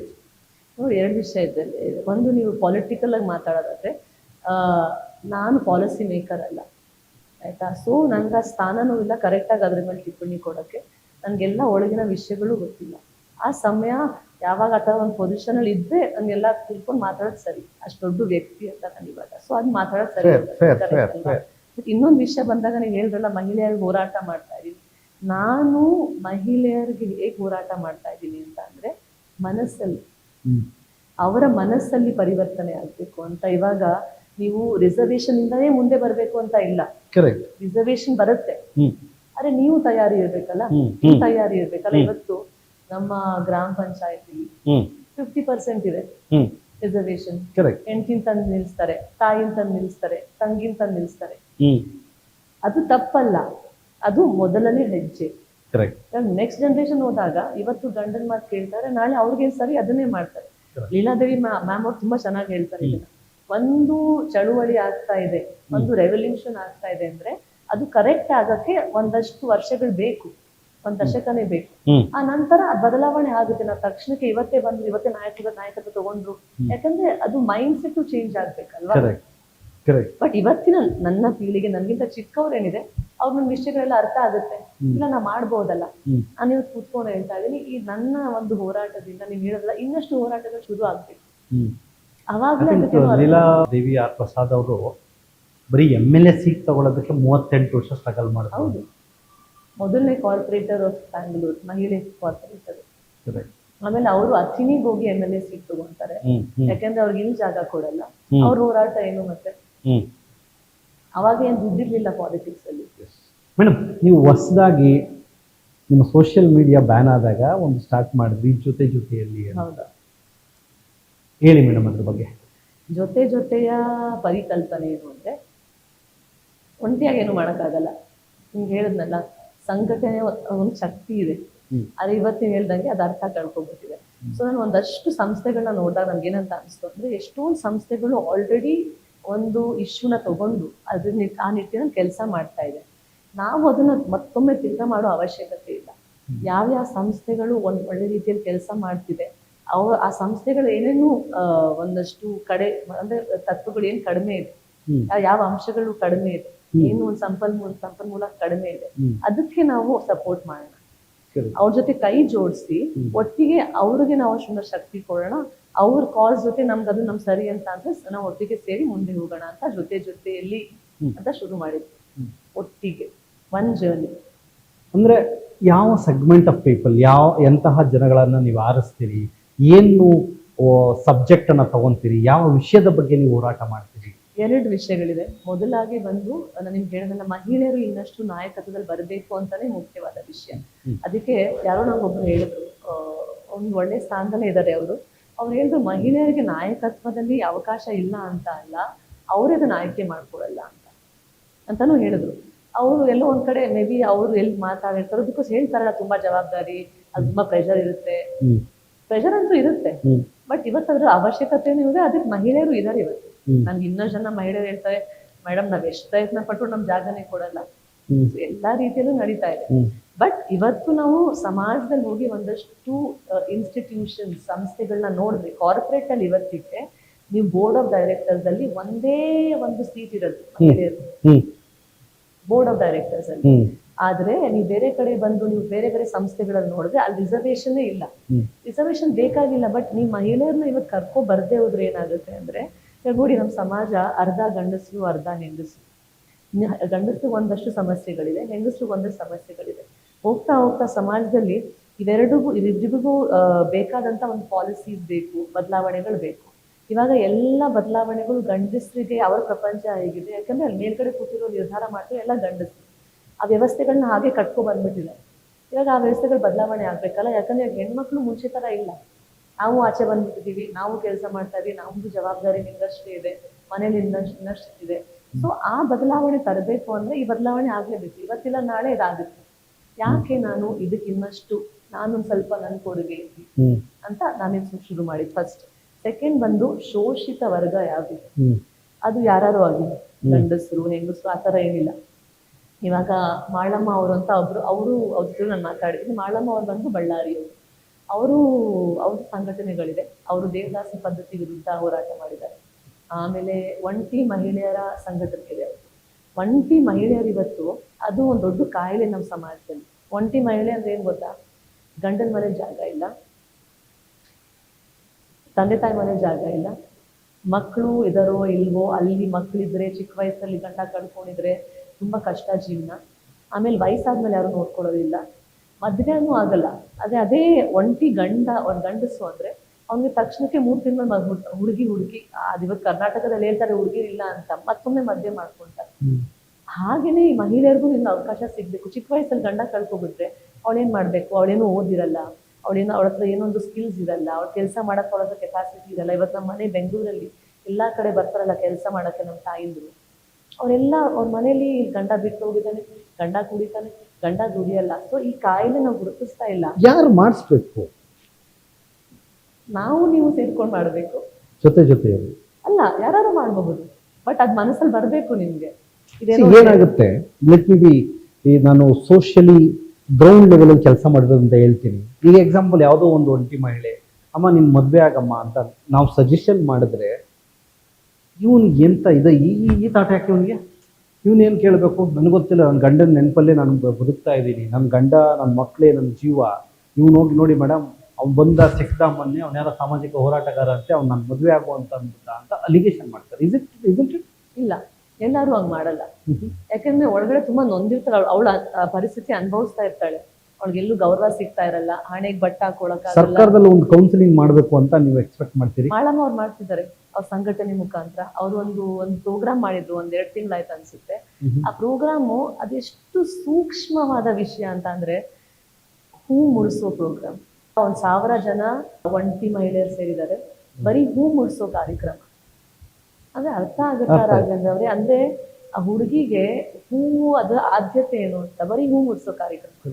ಅವಳಿಗೆ ಅದು ಕೊಟ್ಟಾಗ ಅವ್ಳಿಗೇನೋ ಒಂದು ದೊಡ್ಡದು ಉಡುಗೊರೆ ಸಿಗ್ತದೆ. ಯಾವ್ದನ್ನ ನೀವು ಕಿತ್ಕೊಂಡಿದ್ದೀರಿ, ಸಮಾಜ ಅದನ್ನ ವಾಪಸ್ಸು ಒಂದು ಕ್ಷಣದಲ್ಲಿ ಕೈಲಿಟ್ಟಿದ್ದೀವಿ. ಅವ್ರು ಅದೇ ಹೇಳ್ತಾರೆ, ಆಯ್ತು ಗಂಡ ಹೋದ ಪರವಾಗಿಲ್ಲ, ಆ ನೋವು ಇದ್ದೇ ಇರುತ್ತೆ ಸದಾ, ಬಟ್ ಮಿಕ್ಕಿ ನಮ್ಗೆ ಇರ್ಬೇಕಲ್ಲ, ನಮ್ಗೆ ಗೌರವ, ನಮ್ಗೊಂದು ಕೆಲಸ, ನಮ್ಗೊಂದು ಜೀವ ನಾವ್ ನಡ್ಸ್ಕೊಂಡು ಹೋಗ್ಬೇಕಲ್ಲಪ್ಪ, ಇನ್ನು 40 ವರ್ಷ 30 ವರ್ಷ 50 ವರ್ಷ. ಸೊ ಅದಕ್ಕೆ ಮಾಡ್ತಾ ಇದಾರೆ ಜನ. ಆ ಜನರಿಗೆ ಇನ್ನಷ್ಟು ನಾವು ಹೇಗೆ ಅಂದ್ರೆ, ನನ್ಗೂ ಆಸೆ ಅದ್ರಲ್ಲಿ ನಾನು ಒಂದ್ ಸ್ವಲ್ಪ ನಂದು ಯಾರೋ ಇದ್ದೀವಿ. ಯಾಕಂದ್ರೆ ನನ್ಗೆ ಈ ಇಶ್ಯೂಸ್ ಎಲ್ಲ ನನ್ಗೆ ತುಂಬಾ ಮನಸ್ಸಿಗೆ ಹತ್ರವಾದ ಇಶ್ಯೂಸ್. ನಾನ್ ನೋಡಿದ್ದೀನಲ್ಲ, ಸಿಂಗಲ್ ಮಾಮ್ ಅಂದ್ರೆ ಏನು, ನಮ್ ತಾಯಿ ನೋಡಿದೀನಿ ನಾನು, ಇನ್ನಷ್ಟು ತುಂಬಾ ಜನ ನೋಡಿದೀನಿ ನಾನು, ನೋಡ್ತಾ ಇರ್ತೀವಿ ಸುತ್ತಮುತ್ತ. ಈ ಸಿಂಗಲ್ ಮಾಮ್ ಅವರ ಮಕ್ಕಳಿಗೆ ಅವರ ಮದುವೆ ಎಫೆಕ್ಟ್ ಆಗುತ್ತಾ? ಅದನ್ನ ಹೇಗೆ ಹ್ಯಾಂಡಲ್ ಮಾಡ್ತಿರೋ ಹಾಗೆ. ಇವಾಗ ತುಂಬಾ ಒಂದು ಪ್ರಬುದ್ಧತೆಯಿಂದ ಹ್ಯಾಂಡಲ್ ಮಾಡಿದ್ರೆ, ಮಕ್ಕಳ ಹತ್ರ ಆ ಒಂದು ಮೆಚುರಿಟಿ ಇದ್ರೆ, ತನ್ನ ತಾಯಿಗೆ ಹತ್ರ ಮೆಚುರಿಟಿ ಇದ್ರೆ ಮಾಡ್ಕೊಂತೀರಲ್ಲ. ಈಗ ಎಕ್ಸಾಂಪಲ್ ಅದೆಲ್ಲ ನೋಡಿದೀವಿ, ಅಯ್ಯೋ ನನಗೆ ನಮ್ಮ ಅಮ್ಮಂದೇ ನೋಡಿದೀವಪ್ಪ, ನನಗೆ ಈ ಮದ್ವೆ ಬೇಡ, ಹಾಗೆ ಅಂದ್ರೆ ವೈಯಕ್ತಿಕವಾದ ನಿರ್ಧಾರ ನೀವು ಒಂದ್ ಸಮಯವರೆಗೂ ಅನ್ಸುತ್ತೆ, ನನ್ನ ತಾಯಿ ತುಂಬಾ ಸಂಘರ್ಷ ನಾನು ನೋಡಿದೀನಿ, ಇದೆಲ್ಲ ಬೇಡ ಅಂತ. ಬಟ್ ನೀವು ಹೋಗ್ತಾ ಹೋಗ್ತಾ ನಿಮ್ಗೊಂದು ಅರ್ಥ ಆಗುತ್ತೆ, ಎಲ್ಲಾನು ಹಾಗೆ ಇರ್ಬೇಕಾಗಿಲ್ಲ ಅಂತ. ಸೊ ಅದು ಹೇಗೆ ನೀವು ಎಲ್ಲ ಒಂದನ್ನ ತಿಳ್ಕೊಂತೀರಾ, ನೀವು ಒಂಥರ ಏನೋ ಒಂದು ತಪ್ಪಾಯ್ತು ಅಂತ ಅಂದ್ರೆ ಅದು ತುಂಬಾ ವಿರೋಧಿಸಿ ನೆಗೆಟಿವ್ ಹೋಗ್ಬೇಕಾಗಿಲ್ಲ, ಎಲ್ಲ ರೀತಿಯಲ್ಲಿ ನೋಡ್ಬೇಕಾಗುತ್ತೆ. ಅವ್ರು ಮದುವೆ ಮಾಡ್ಕೊಬೇಕು ಅಂತ ಪ್ಲಾನ್ ಇಲ್ವಾ? ಇಲ್ಲ, ಅದು ಪ್ಲಾನ್ ಮಾಡ್ಕೊಳಕ್ ಆಗಲ್ಲ ನೀವು, ಅನ್ಫಾರ್ಚುನೇಟ್ಲಿ. ಬಟ್ ಅಟ್ಲೀಸ್ಟ್ ಒಂದು ಟೈಮ್ ಶೆಡ್ಯೂಲ್ ಆದ್ರೂ ಇಟ್ಕೊಂತಾರಲ್ಲ. ಈಗಿನ ಜನರೇಷನ್ ಒಂದು ಥಾಟ್ ಇದೆ, ಅಟ್ಲೀಸ್ಟ್ ನನ್ನ ಮೊಮ್ಮಗ, ಅಟ್ಲೀಸ್ಟ್ ನನ್ನ ಮಗನ ಮದುವೆ ಮಗನೋ ಮಗಳನ್ನೋ ಮದುವೆ ನೋಡೋಕ್ಕಾದ್ರೂ ಬದುಕಿರ್ಬೇಕು ನಾನು ಅಂತ. ಸೊ ಹಾಗಾಗಿ ಒಂದು ಟೈಮ್ ಶೆಡ್ಯೂಲ್ ಇದೆ, ವಿ ಕೆನಾಟ್ ಪುಷ್. ಎಷ್ಟೇ ನಾವು ಪುಷ್ ಮಾಡಿದ್ರು ನಮ್ಗೊಂದು ಥಾಟ್ ಇದೆ, ಹೌದಪ್ಪ ಈ ಒಂದು ಟೈಮಲ್ಲಿ ಮಾಡ್ಕೊಬೇಕು ಅಂತ. ಸೊ ಆ ಟೈಮ್ ಬೌಂಡನ್ನ ಸೆಟ್ ಮಾಡಿದ್ದೀರಾ? ನನ್ನ ಜೀವನದಲ್ಲಿ ಯಾವ ಟೈಮು ಸೆಟ್ ಮಾಡಿದಾರೆ, ನನ್ನ ಪರಿಸ್ಥಿತಿನೇ ಆಗಿಲ್ಲ. ಬಟ್ ಎಲ್ಲೋ ಒಂದು ಕಡೆ ನಿಮ್ಮ ವಾಕ್ಯನ ನಾನು ಕೇಳಿದ್ದೆ, you will travel with the flow ಅಂತ.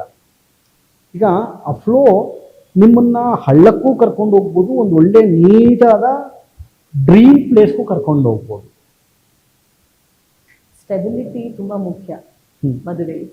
ನಿಮ್ಮ ಜೀವನದಲ್ಲಿ ನಿಮ್ಗೆ ಸ್ಟೆಬಿಲಿಟಿ ಇಲ್ಲ, ನಿಮಗೆ ಒಂದು ಏನಂತಾರಲ್ಲ, ನಿಮ್ಗೊಂದು ಉದ್ಯಮ ಇರಬೇಕು, ಒಂದು ಆದಾಯ ಇರಬೇಕು, ಒಂದು ಸಂಪಾದನೆ ಇರಬೇಕು, ಬೇರೆ ಅನ್ನಷ್ಟು ಒತ್ತಡಗಳಿರಬಾರ್ದು.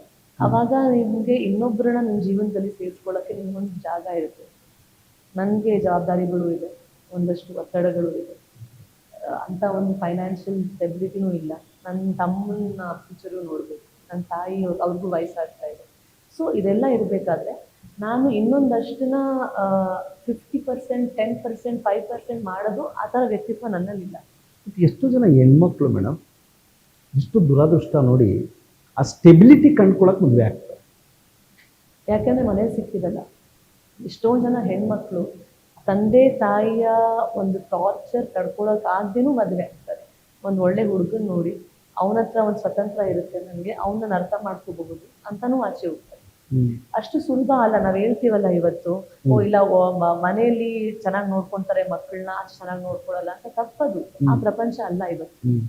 ಮನೆಯಲ್ಲೇ ಶೋಷಣೆ ನಡೆಯುತ್ತೆ. ಆಮೇಲೆ ಇನ್ನೊಂದು ಹೇಳ್ತೀವಲ್ಲ, ಬರೀ ಪಾಪ ಬಡವರ ಮನೇಲೇ ಶೋಷಣೆ ಇಲ್ಲ. ಅಲ್ಲಿ ನಿಮ್ಗೆ 2 ತುತ್ತು ಅನ್ನ ಸಿಕ್ಕಿದ್ರು ಒಂದೊಂದ್ಸತಿ ತಾಯಂದಿರು ಆ 2 ತುತ್ತಲ್ಲಿ ನಿಮ್ಗೆಲ್ಲ ಸಿಕ್ಬಿಡುತ್ತೆ. ಆಮೇಲೆ ಒಂದೊಂದು ದೊಡ್ಡ ಶ್ರೀಮಂತರ ಮನೆ ಇರುತ್ತಲ್ಲ, ಅಲ್ಲಿ ನಿಮ್ಗೆ 1000 ಕೋಟಿ ತಂದು ನಿಮ್ಗೆಲ್ಲ ಕೊಟ್ಟರು ನಿಮ್ಗೆ 2 ತುತ್ತಲ್ಲಿರೋ ಪ್ರೀತಿ ಸಿಗಲ್ಲ. ಇದು ನಡೆಯುತ್ತೆ.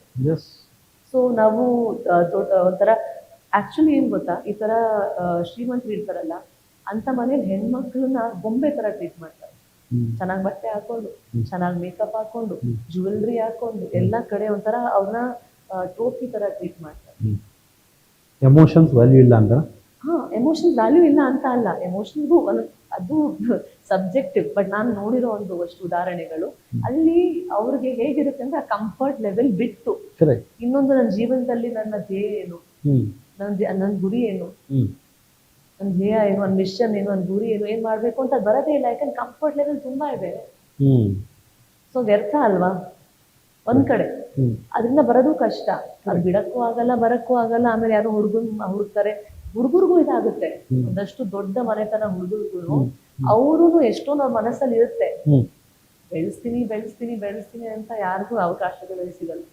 ಇಷ್ಟೊಂದು ಪ್ರಬುದ್ಧತೆ ಎಲ್ಲಿಂದ ಬಂತು? ಗಮನಿಸಿ, ಅನುಭವಿಸಿ, ಸಹಿಸ್ಕೊಂಡು, ಎದುರಿಸಿ. ಸೊ ಚಿಕ್ಕ ವಯಸ್ಸಲ್ಲಿ ನೀವೇನನ್ನ ಕಲಿಬೇಕು ಅಂತಂದ್ರೆ ನೀವು ಫೈಟರ್ ಆಗಬೇಕು. ನಾನು ಫೈಟರ್ ಆಗಬೇಕು ಅಂತ ಫೈಟರ್ ಆಗಿಲ್ಲ. ಅಲ್ಲ, ಕರೆಕ್ಟ್. ನಾನು ಅಲಿಗೇಟಿಂಗ್ ಇಲ್ಲ, ನಾನು ಹೇಳ್ತಿರೋದು ನಾವು ಅನುಭವವನ್ನ ಪಡೆಯಬೇಕು ಅಂದ್ರೆ ಅದಕ್ಕೆ ತಕ್ಕಂತಹ ಶ್ರಮ ಹಾಕಬೇಕು. ಆ ಡೀಪಾಗಿ ಹೋಗಿ ನಮ್ಮ ಜೀವನವನ್ನ ಕಂಡುಕೊಳ್ಳುವಂತ ಪ್ರಯತ್ನ ಪಡಬೇಕು ಅಂತ ಹೇಳ್ತಿದ್ದೀವಿ. ಅಲ್ಲ, ಮುಂಚೆಯಿಂದನೂ ಸುತ್ತಮುತ್ತ ಏನಾದ್ರು ತಪ್ಪಾಗ್ತಾ ಇದೆ, ನಾನು ಕುಟುಂಬದಲ್ಲಿ ಇದ್ದಾಗ್ಲೂ ಹೋರಾಟ ಮಾಡ್ತಾ ಇದ್ದೆ ಮನೇಲಿ. ಇದು ಸರಿ ಇಲ್ಲ, ಇದು ತಪ್ಪು, ಹೀಗೆ ಮಾಡ್ಬೇಕು, ಹೀಗೆ ನಡಿಬೇಕು ಅಂತ. ಅದರಿಂದ ಎಲ್ಲರಿಗೂ ಒಂದಷ್ಟು ಒಳ್ಳೇದೇ ಆಗಿದೆ. ಬಟ್ ಯಾವಾಗ ನನ್ನ ಹೋರಾಟದ ಸಮಯ ಬಂತು, ನಾನು ಒಂಟಿಯಾಗಿದ್ದೀನಿ. ಮಹಾಭಾರತ ಅಥವಾ ರಾಮಾಯಣದಲ್ಲಿ ಯಾವುದನ್ನು ಒಂದು ಸ್ಟೋರಿ ತುಂಬಾ ಕಾಡುವಂಥದ್ದು ಅಥವಾ ತುಂಬಾ ಮನಸ್ಸಿಗೆ ಇಷ್ಟ ಅಂತದ್ದು, ಅವಾಗ ನೆನಪಾಗುವಂಥದ್ದು ಯಾವುದನ್ನ ಒಂದು ಸ್ಟೋರಿ ಹೇಳಕ್ಕಾಗುತ್ತಾ? ಉಪಕಥೆ, ಸುಳ್ಳು ಕತೆ ಬೇಡ. ದ್ರೌಪದಿ ಅವರ ಕತೆ, ಸ್ವಾಭಿಮಾನದ ಕತೆ, ಗೌರವದ ಕತೆ. ದ್ರೌಪದಿ ಹಸ್ತಿನಾಪುರ ಬೇಕು ಅಂತ ಹೋರಾಟ ಮಾಡಿಲ್ಲ. ಅವಳ ಸ್ವಾಭಿಮಾನಕ್ಕೆ ಧಕ್ಕೆ ಆಯಿತು, ಅವಳಿಗೆ ಅನ್ಯಾಯ ಆಯಿತು, ಜನರ ಮುಂದೆ ಅವಳಿಗೆ ಅವಮಾನ ಆಯಿತು, ಅವಳ ಅಧಿಕಾರವನ್ನು ಮೀರಿ ಎಲ್ಲ ಕಿತ್ಕೊಂಡ್ರು.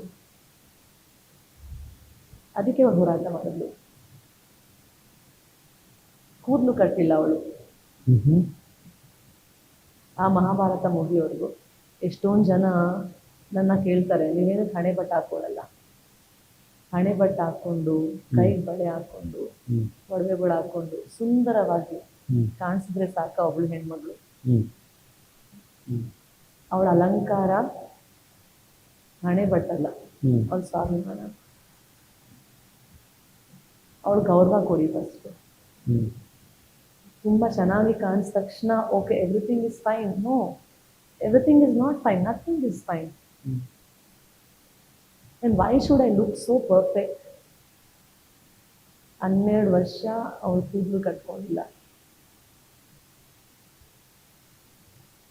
ಅದು ಉಪಕಥೆ. ಸುಮಾರು ಅರ್ಥಗಳಿದ್ದಾವೆ, ಅದು ವೀಕ್ಷಕರಿಗೆ ಬಿಡೋಣ ಅರ್ಥ ಮಾಡ್ಕೊಳ್ಳೋಕ್ಕೆ. ನೀವು ನಿಮಗಿರುವಂತಹ ಮೆಚ್ಯೂರಿಟಿಗೆ ಅಥವಾ ಡಿಸಿಷನ್ ಮೇಕಿಂಗ್ ಕೇಪಬಿಲಿಟಿಗೆ ಎಲ್ಲವನ್ನ ಬಿಟ್ಟು ವಿದೇಶದಲ್ಲಿ ಹೋಗಿ ಸೆಟ್ಲ್ ಆಗ್ಬೋದಾಗಿದೆ. ವಿದೇಶದಲ್ಲಿ ನಿಮ್ಗೆ ಎಲ್ಲ ಒಂದು ಸೌಕರ್ಯ ಆಗಿರ್ಬೋದು, ಕಾಂಟ್ಯಾಕ್ಟ್ಸ್ ಇರ್ಬೋದು, ಫ್ರೆಂಡ್ಸ್ ಇರ್ಬೋದು, ಯಾರೋ ಒಬ್ರು ಬಿಸ್ನೆಸ್ ಎಲ್ಪ್ಗಾದ್ರು ಆಗಿರೋದು. ಎಲ್ಲವನ್ನ ಬಿಟ್ಟು ಇಲ್ಲೇ ಇರಬೇಕು, ನಾನು ಇಲ್ಲೇ ಏನೋ ಮಾಡಬೇಕು ಅನ್ನುವಂಥ ಹಠ ಎಲ್ಲಿಂದ ಬಂತು, ಯಾಕೆ ಬಂತು? ನನ್ನ ಸ್ವಾಭಿಮಾನಕ್ಕೆ ಧಕ್ಕೆ ಹೊಡಿತು. ನೀವು ಹೇಳಿದ್ರಲ್ಲ ಅಷ್ಟು ಸುಲಭ ಅಲ್ಲ ಲೈಫ್. ಎಲ್ಲೋ ಹೋಗಿ ಆರಾಮಾಗಿ, ಕರೆಕ್ಟ್ ನೀವು ಹೇಳಿದ್ದು. ಇವತ್ತಿನ ಎಲ್ಲ ಹೆಣ್ಮಕ್ಳಿಗೆ ಎಸ್ಪೆಷಲಿ ಒಂದು ಕಂಫರ್ಟೇಬಲ್ ಲೈಫ್ ಬೇಕಂತ ಅಂದರೆ ಸಾವಿರಾರು ಜನ ಇದ್ದಾರೆ ಕೊಡೋಕ್ಕೆ. ಆದರೆ ಲೈಫಲ್ಲಿ ದುಡ್ಡು ಎಲ್ಲ ಅಲ್ಲ. ಏನಂತಾರೆ ವೀಕೆಂಡ್ ಗೋಲ್ಸ್. ನನಗೆ ನನ್ನ ಆಲೋಚನೆ ಹೇಳ್ತಾರೆ, ವೀಕೆಂಡ್ ಗೋಲ್ಸು, ಹಾಲಿಡೇಸು ಅದೇ ಎಲ್ಲ ಅಲ್ಲ. ಒಂದಷ್ಟು ಏನೋ ಒಳ್ಳೇದು ಮಾಡಬೇಕು ಅಂತ ನನ್ನ ಮನಸ್ಸಲ್ಲಿ ಮೊದಲಾಗಿ ಅದು ನನಗೆ ನಾನೇ ಮಾಡ್ಕೋಬೇಕು. ಅದಕ್ಕೆ ನಾನು ಇದನ್ನು ಆಯ್ಕೆ ಮಾಡ್ಕೊಂಡಿದ್ದು. ನೀವು ಹೇಳ್ದಂಗೆ ಎಷ್ಟೆಲ್ಲ ಬಿಟ್ಟು ಮಾಡ್ಬೋದು, ಕರೆಕ್ಟ್. ಬಟ್ ನನ್ಗೆ ಯಾಕೋ ಆ ಕಡೆ ನನ್ನ ಮನಸ್ಸು ಎಳ್ದೇ ಇಲ್ಲ. ನನ್ನ ಆ ಕಡೆ ಇಲ್ಲ, ಇದು ತಪ್ಪು, ಸಹಿಸ್ಕೊಳಕ್ ಆಗ್ತಾ ಇಲ್ಲ, ನಾನೇನು ಮಾಡಿಲ್ವಲ್ಲ ಇದಕ್ಕೆ. ನಿಮ್ಮ ಮೇಲೆ ಕೊಲೆ ಪ್ರಯತ್ನ ಏನೋ ನಡೆದಿದೆಯಾ? ಮೊದಲಾಗಿ ಒಂದು ಕೇಸ್ ಇತ್ತು ನನ್ನ ಮೇಲೆ. ನನ್ನ ಮನೆ ಮೇಲೆ ಕೇಸ್ ಹಾಕಿದ್ರು. ನನ್ನ ಬೆಂಗಳೂರಲ್ಲಿ ಒಂದು ಮನೆ ಇದೆ, ಅದ್ರ ಮೇಲೆ ಕೇಸ್ ಹಾಕಿದ್ರು, ಭಾಗ ಬೇಕು ಅಂತ. ಆವಾಗಲೇ ಎಲ್ಲ ಒಂದು ಇಶ್ಯೂಸು, ಆವಾಗಲೇ ನಾನು ಕೋರ್ಟ್ ಮೆಟ್ಲು ಹಾಕಿದ್ದು. ಎಷ್ಟು ಜನ ಕೇಳ್ತಾರೆ, ನೀವು ಕೋರ್ಟಲ್ಲಿ ಹೋಗಿ ಹೋರಾಟ ಮಾಡಿ. ಕೋರ್ಟಲ್ಲಿ ಹೋಗಿ ಹೋರಾಟ ನೀವು ಮಾಡಿರ್ತೀರಲ್ಲ, ಅವಾಗ ನಿಮ್ಗೆ ಗೊತ್ತಾಗಿರುತ್ತೆ ಅದು ಎಷ್ಟು ಹೇಳಿದ್ರಲ್ಲ, ಅದು ಎಷ್ಟು ಸಕ್ರಿಯವಾಗಿ ಕಾನೂನು ಕೆಲಸ ಮಾಡುತ್ತೆ ಅಂತ. ಸಮಯ ತಗೊಳ್ಳುತ್ತೆ, ಕರೆಕ್ಟ್. ಅದು ನಡೀತಾ ಇದೆ, ಅದ್ರ ಪಡೆದದು. ಬಟ್ ನನ್ನ ಹತ್ರ ಇನ್ನೂ 20 ವರ್ಷ ಇಲ್ಲ ಹೋರಾಟ ಮಾಡಿ. ನಾನು ನನ್ನ ರೆಸ್ಪಾನ್ಸಿಬಿಲಿಟೀಸ್ ಇದೆ ನನಗೆ, ನಾನು ಒಬ್ಬಳೇ ಅಲ್ಲ. ಸೊ ಅದಿದೆ. ಅದಾದ್ಮೇಲೆ ಒಂದು ಫೋರ್ಜರಿ ಕೇಸ್, ನನ್ನ ತಮ್ಮನ ಸಹಿಯನ್ನು ಉಪಯೋಗಿಸಿ ಅವನ ಕೈಲಿ ಒಂದು ಭಾಗ ಬೇಕು ಅಂತ ಹಾಕ್ಸಿದ್ರು. ಅವನು ಹಾಕಿಲ್ಲ, ಅವ್ನು ಸಹಿ ಉಪಯೋಗಿಸಿ. ಬಟ್ ಅದು ಕೋರ್ಟಲ್ಲಿ ನಡೀತಾ ಇದೆ. ಮೊನ್ನೆ ನನ್ನ ತಾತ ಅಜ್ಜಿ, ನಮ್ಮ ಅಜ್ಜಿ ಇದ್ದಾರೆ ಇವಾಗಲೂ. ಅವರು ನನಗೆ 2019 ಒಂದಷ್ಟು ಜಮೀನು ಕೊಟ್ಟಿದ್ರು ಬಿಡ್ದಿಯಲ್ಲಿ, ನಮ್ಮ ಮಗಳಿಗಿರಲಿ ಅಂತ. ಅದನ್ನ ನಾನು ಮೊನ್ನೆ ಪೇಪರ್ ತರಿಸಿದೆ. ಒಂದೂವರೆ ತಿಂಗಳಾಯ್ತು. ಏನಾರೋ ಒಂದು ಮಾಡೋಣ, ಅದರಲ್ಲಿ ಇವಾಗಾರೋ ಒಂದು ಫೈನಾನ್ಷಿಯಲ್ ಏನಾರೋ ಒಂದು ಡೆವಲಪ್ ಮಾಡೋಣ. ನನ್ನ ಹತ್ರ ಏನಿದೆ ಓಕೆ, ಕಷ್ಟನೋ ಸುಖನೋ ನಾವೆಂತೂ ಕೇಳಿಲ್ಲ. ಓಕೆ, ಏನು ಕೊಟ್ಟಿರೋ ನಮ್ಮ ಅಜ್ಜಿ ಏನೋ ಮಾಡೋಣ ಅಂತ ತಗ್ಸಿದಾಗ ಅದ್ರ ಮೇಲೆ ಒಂದು ಸ್ಟೇ ಆರ್ಡರ್ ಇತ್ತು. ಅಂದರೆ ಅದನ್ನು ಉಪಯೋಗಿಸ್ದಂಗೆ ವಾಪಸ್ಸು ಮತ್ತೊಮ್ಮೆ ನಮ್ಮ ಅಜ್ಜಿ ಕೈಲೇ ಕೇಸ್ ಹಾಕ್ಸಿದ್ದಾರೆ. ನಮ್ಮ ಅಜ್ಜಿಗೆ ತುಂಬ ವಯಸ್ಸಾಗಿದೆ, 85. ಆಮೇಲೆ ನನ್ನ ಕುಟುಂಬದಲ್ಲಿ ನನ್ನ ಮೊದಲನೇ ಮೊಮ್ಮಗಳು. ಕರೆಕ್ಟ್. ಸೊ ತುಂಬ ಪ್ರೀತಿ, ನನ್ನ ತಾತ ಅಜ್ಜಿಗೆ ನನ್ನ ಕಂಡ್ರೆ ತುಂಬ ಪ್ರೀತಿ. ಸೊ ಅದು ಹಾಗಾಗಿ ಅದು ಕೊಟ್ಟಿದ್ರು. ಈಗ ಅದ್ರ ಮೇಲೆ ಸ್ಟೇ ಆರ್ಡರ್ ಇದೆ. ಇವಾಗ ಈ ಥರ ಇದೆಲ್ಲ ಎಷ್ಟು ಹೇಳ್ಕೊಳ್ತೀರಾ ನೀವು? ಬಂದು ಆಮೇಲೆ ಹೇಳ್ಕೊಳ್ಳೋ ಅವಶ್ಯಕತೆನೂ ಇಲ್ಲ. ಸೊ ಇವಾಗ ಈ ಥರ ಎಲ್ಲ ಕಡೆನೂ ನಿನ್ನ ಲಾಕ್ ಮಾಡಿದಾಗ ನಾನು ಹೊಟ್ಟೆಪಾಡಿಗೆ ಏನು ಮಾಡಬೇಕು? ಇದು ನೀವು ಹೇಳಿದ್ರಲ್ಲ ಹೋರಾಟ, ನಿಮ್ಮ ಥಾಟ್ಸ್ ಬೇರೆಯವರು ಏನೋ ಒಂದು ಮೆಸೇಜ್ ಕೊಡಬೇಕು, ಹೊಟ್ಟೆಪಾಡಿಗೆ ನಡೀತಾ ಇರೋ ಹೋರಾಟ. ನಾನು ಲೈವ್ಲಿಹುಡ್ ಇಲ್ಲ. ನಾನು ಎಲ್ಲೋದ್ರು ಅಲ್ಲೇ ನೀವು ಬಾಗಿಲು ಲಾಕ್ ಆದರೆ ನಾನು ಎಲ್ಲಿಂದ ಮುಂದೆ ಬರೋದು? ಬೇರೆ ಸ್ನೇಹಿತರು ದಿನ ಅವನೇ ಮಾರ್ಗ ತೋರಿಸ್ತಾನೆ. ಒಂದಷ್ಟು ನಿಮ್ಮಂಥವ್ರು ಇನ್ನಷ್ಟು ನನ್ನ ಮನಸ್ಸನ್ನ ಯಾರು ಅರ್ಥ ಮಾಡ್ಕೊತಾರೆ, ಆ ಹಂತಕ್ಕೆ ಒಂದಷ್ಟು ಸಹಾಯ ಸಿಗುತ್ತೆ. ಕಣ್ಣು ಒದ್ದೆ ಆಗಿದೆಯಾ? ಅದು ಕಣ್ಣು ಒದ್ದೆ ಆಗ್ತಾ ಇರುತ್ತೆ, ಅದು ವಾಪಸ್ ಡ್ರೈ ಆಗ್ತಾ ಇರುತ್ತೆ. ಅದ್ರ ಬಗ್ಗೆ ಚಿಂತೆ ಮಾಡ್ತಾರೆ. ತಮ್ಮನ್ನ ಕೊಲೆ ಮಾಡುವಂತಹ ಪ್ರಯತ್ನ ಎಲ್ಲ ನಡೆದಿದೆಯಾ? ಇಲ್ಲ. ಮೊನ್ನೆ ಒಂದು ರೀಸೆಂಟ್ ವಿಡಿಯೋದಲ್ಲಿ ನಿಮ್ಮ ಕಾರ್ ಟೈರ್ದು ನಟ್ಸ್ಗಳನ್ನ ಲೂಸ್ ಮಾಡಿರುವಂಥದ್ದು ಒಂದು ವಿಡಿಯೋ ತುಂಬ ವೈರಲ್ ಆಗಿದೆ. ಆಲ್ಮೋಸ್ಟ್ ಒಂದು 20 ಲಕ್ಷ ವೀಕ್ಷಣೆ ಆಗಿದೆ. ಸೊ ಅದನ್ನ ಆಧಾರದ ಮೇಲೆ ಕೇಳಿದೆ, ಈಗ ಇದು ನ್ಯಾಚುರಲ್ ಆಗಿ ಆಗೋದಿಲ್ಲ, ಇಂಥದ್ದು ಹೇಗಾಯಿತು ಅನ್ನೋ ಪ್ರಶ್ನೆ ನೀವು ಎತ್ತಿದ್ರಿ.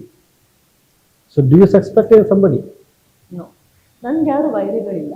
ಆಮೇಲೆ ನಾನು ದೊಡ್ಡ ವ್ಯಕ್ತಿನೂ ಅಲ್ಲ, ನಾನೇನು ಕರೋಡ್ಪತಿ ಅಲ್ಲ. ಅದೆಲ್ಲ ಚಿಕ್ಕವ್ರನ್ನ ಕೊಲೆ ಮಾಡೋದು, ದೊಡ್ಡವ್ರನ್ನೆಲ್ಲ ಕೊಲೆ ಮಾಡಿದ್ರೆ ನಾವು ಜೈಲಲ್ಲಿ ಇರ್ತಾರೆ. ಕರೆಕ್ಟ್ ಅಲ್ಲ? ಸಂಪಾದನೆ ಮಾಡ್ಕೋಬೇಕು, ಅದರಲ್ಲೇ ನಾನು ದುಡಿಬೇಕು, ಅದನ್ನೇ ಉಪಯೋಗಿಸ್ಕೊಂಡು ನಡ್ಸ್ಕೋಬೇಕು ಅಂತ ನಡೀತಾ ಇದೆ. ಸೊ ಆ ಥರ ನನ್ಗೆ ಯಾರ ಮೇಲೂ ಇಲ್ಲ. ಎಸ್, ಫೈನಲಿ ನಿಮ್ಮ ಹೊಸ ಒಂದು ಆಲೋಚನೆ, ನಿಶಾ ಆಲೋಚನೆ ಏನದು? ಅಂಡ್ ಎಲ್ಲಿಂದ ಹುಟ್ಕೊಂತು, ಯಾಕೆ ಹುಟ್ಕೊಂತು? ನಿಶಾ ಒಂದು ಆಲೋಚನೆ ಎಲ್ಲಿಂದಾನೇ ಹುಡ್ಕೊಂತು, ಜೊತೆಯಲ್ಲಿ ಇಲ್ಲ. ಯಾಕೆಂದ್ರೆ ಒಂದಷ್ಟು ಮುಖ್ಯವಾಹಿನಿಯಲ್ಲಿ ಯಾವ ವಿಷಯಗಳನ್ನ ಮಾತಾಡಲ್ಲ, ಹ್ಮ್. ಅದೇ ಮಾತಾಡೋ ಅವಶ್ಯಕತೆ ಇದೆ. ಆ ನನ್ನ ನೀವು ಹೇಳ್ದಂಗೆ ಎಷ್ಟೊಂದು ಜನ ನನ್ನ ನನ್ನ ಒಂದು ಪ್ರಯಾಣವನ್ನ ಗಮನಿಸ್ತಾ ಇದ್ದಾರೆ, ಹ್ಮ್. ನೋಡ್ತಾ ಇದ್ದಾರೆ. ನನ್ಗದು ಒಂದ್ ಸ್ವಲ್ಪ ಜನ ಇದ್ದಾರೆ ನೋಡೋರು. ಹ್ಮ್. ಸೊ ಅಂಥವ್ರಿಗೆ ಇನ್ನಷ್ಟು ಒಳ್ಳೆ ವಿಷಯಗಳನ್ನ ತಲುಪಿಸೋಣ. ಯಾಕೊಂದ್ ನನ್ಗೊಂದು ವೇದಿಕೆ ಇದ್ದಾಗ ಯಾಕದನ್ನು ಉಪಯೋಗಿಸ್ಕೋ, ಅದು ಸದ್ಬಳಕೆ ಮಾಡ್ಬೇಕು ಅಂತ. ಯಾರು ಶೋಷಿತ ಒಂದು ವರ್ಗ ಇದೆಯಾ, ಇಲ್ಲ ಯಾರು ವಾಯ್ಸಸ್ ಧ್ವನಿಗಳಿಗೆ ಇನ್ನಷ್ಟು ಶಕ್ತಿ ತುಂಬಾ ಅವಶ್ಯಕತೆ ಇದೆ, ಹೋರಾಟಗಾರರು, ಇನ್ನಷ್ಟು ನೀವು ಹೇಳ್ದಂಗೆ ಸಮಾಜ ಸೇವೆ ಯಾರು ಕೆಲಸ ಮಾಡ್ತಾರೆ, ಅಥವಾ ಉದಾಹರಣೆಗಳನ್ನ ತರಬೇಕು. ಸಮಾಜಕ್ಕೆ ಹೇಗೆ ಗೊತ್ತಾಗುತ್ತೆ ಯಾರೋ ಕೆಲಸ ಮಾಡ್ತಾ ಇದ್ದಾರೆ ಇದ್ರ ಬಗ್ಗೆ? ನಾವೆಲ್ಲ ಏನ್ ಅನ್ಕೊಂತೀವಿ, ಯಾರು ಏನು ಮಾಡ್ತಿಲ್ಲ. ಇಲ್ಲ, ಯಾರೋ ಒಬ್ರು ಹೋರಾಟ ಮಾಡ್ತಾ ಇರ್ತಾನೆ, ಅದಕ್ಕೆ ಅಲ್ಲಿ ಪಾಲಿಸಿಗಳು ಚೇಂಜ್ ಆಗ್ತಿರುತ್ತೆ, ಅದಕ್ಕೆ ಫ್ರೀಡಮ್ ಪಾರ್ಕ್ ಅಲ್ಲಿ ಪ್ರೊಟೆಸ್ಟ್ ನಡೀತಾ ಇರುತ್ತೆ, ಅದಕ್ಕೆ ರೈತರು ಅಲ್ಲಿ ನಿಂತ್ಕೊಂಡು ಅಲ್ಲೇನೋ ಮಾಡೋದಕ್ಕೆ ಕಾವೇರಿ ನೀರು ಇಲ್ಲೇ ಇರುತ್ತೆ. ಸೊ ಅದೆಲ್ಲ ಹೋರಾಟಗಳು ನಡೀತಾ ಇರುತ್ತೆ. ಅಂಥವ್ರಿಗೆ ಧ್ವನಿ ಒಂದು ಅರ್ಧ ಗಂಟೆನೂ ಸಿಗಲ್ಲ ಮುಖ್ಯವಾಹಿನಿ. ಸೊ ಅದಕ್ಕೆ ಈ ಒಂದು ವೇದಿಕೆ ಶುರು ಮಾಡಿದೆ, ಇನ್ನಷ್ಟು ಜನ ಬರಲಿ. ಆದ್ರೆ ಇದೇ ವೇದಿಕೆಯಲ್ಲಿ ಇನ್ನಷ್ಟು ಸಬ್ಜೆಕ್ಟ್ ನಾಲೆಡ್ಜು ಬೇಕು. ಲಾ ಬಗ್ಗೆ ನಮ್ ಕಾನೂನು ಏನ್ ಹೇಳುತ್ತೆ, ಇನ್ನಷ್ಟು ಎಷ್ಟೊಂದು ಸಮಾಜದಲ್ಲಿ ನಡೀತಾ ಇರೋ ವಿಷಯಗಳು ಸಬ್ಜೆಕ್ಟ್ ನಾಲೆಡ್ಜು ಇರ್ಲಿ ಅಂತ ಅದಕ್ಕೊಂದಷ್ಟು ಅವಕಾಶಗಳಾಗಲಿ. ಆಮೇಲೆ ಕರ್ನಾಟಕದ ವಿಷಯಗಳನ್ನು ಆಚೆ ಕಡೆ ತಲುಪಿಸೋ ಒಂದು ವ್ಯವಸ್ಥೆನೂ ಆಗ್ಲಿ. ಕರ್ನಾಟಕದಲ್ಲಿ ಎಷ್ಟೊಂದು ಜನ ತುಂಬಾ ಒಳ್ಳೆ ಕೆಲಸ ಮಾಡಿರೋರು ರೆಕಗ್ನೈಸ್ ಇದಾರಲ್ಲ, ಅವ್ರಿಗೆ ಆಚೆ ಕಡೆ ಗುರುತಿಸ್ಕೊಳಕ್ ಆಗಿರಲ್ಲ. ಅದನ್ನ ನಾವು ಅವ್ರಿಗೆ ಪ್ರೆಸೆಂಟ್ ಮಾಡ್ಬೇಕು. ಜನ ಕೇಳ್ತಾರೆ, ಏನಕ್ಕೆ ಬರೀ ಕನ್ನಡದಲ್ಲಿ ಮಾಡಲ್ಲ, ಕನ್ನಡದಲ್ಲಿ ಮಾತಾಡಿ. ಕನ್ನಡದಲ್ಲಿ ಮಾತಾಡಿದ್ರೆ ಬರೀ ನಿಮ್ಮೆಲ್ಲರಿಗೂ ತಲುಪುತ್ತೆ. ಬಟ್ ಇಲ್ಲಿರೋರ್ನ ನಾನು ಇಂಗ್ಲಿಷ್ ಅಲ್ಲಿ ಮಾತಾಡ್ಸಿದ್ರೆ ನಮ್ ಕರ್ನಾಟಕ ಏನು, ಇಲ್ಲಿ ಎಂತ ಜನ ಇದ್ದಾರೆ ಅಂತ ಆಚೆ ಹೋಗ್ತಾರೆ. ಅದೊಂದು ಪ್ರಯತ್ನ. ಅದಕ್ಕೆ ಇದು ನಿಶಾ ಒಂದು ಆಲೋಚನೆ ಜೊತೆ ನಿಶಾ ಏಕ್ ಸೋಚ್. ಅಲ್ಲಿರೋರೆಲ್ಲ ಆ ವಿಷಯಗಳು ನಿಮಗೆ ತಗ್ಲಿ, ಇಲ್ಲಿರೋರ ವಿಷಯಗಳು ಪ್ರಪಂಚಕ್ಕೆ ಗೊತ್ತಾಗ್ಲಿ ಕರ್ನಾಟಕದಲ್ಲಿ ಯಾರಿದ್ದಾರೆ. ಸೋ ಸ್ವೀಟ್, ಅದು ವಂಡರ್ಫುಲ್ ಥಿಂಗ್. ಎಲ್ಲ ಒಂದು ಕಡೆ ಕರೆಕ್ಟ್. ನಾವು ಪದೇ ಪದೇ ಹೇಳ್ದಂಗೆ ಎಲ್ಲ ಆಲೋಚನೆಗಳನ್ನು ಎಲ್ಲರೂ ಪ್ರಸಾರ ಮಾಡೋಕ್ಕಲ್ಲ, ಅವರವರ ವಿಭಿನ್ನತೆಯನ್ನು ಅವ್ರು ಹೇಳಬೇಕು. ಬಟ್ ಆ್ಯಕ್ಚುಲಿ ನಿಮ್ಮ ಕಾರ್ಯಕ್ರಮ ನಾನು ವಾಚ್ ಮಾಡಿದ್ದೀನಿ, ಬ್ಯೂಟಿಫುಲಿ ಇಟ್ ಹಸ್ ಕಮ್. ಒಳ್ಳೇದಾಗಲಿ.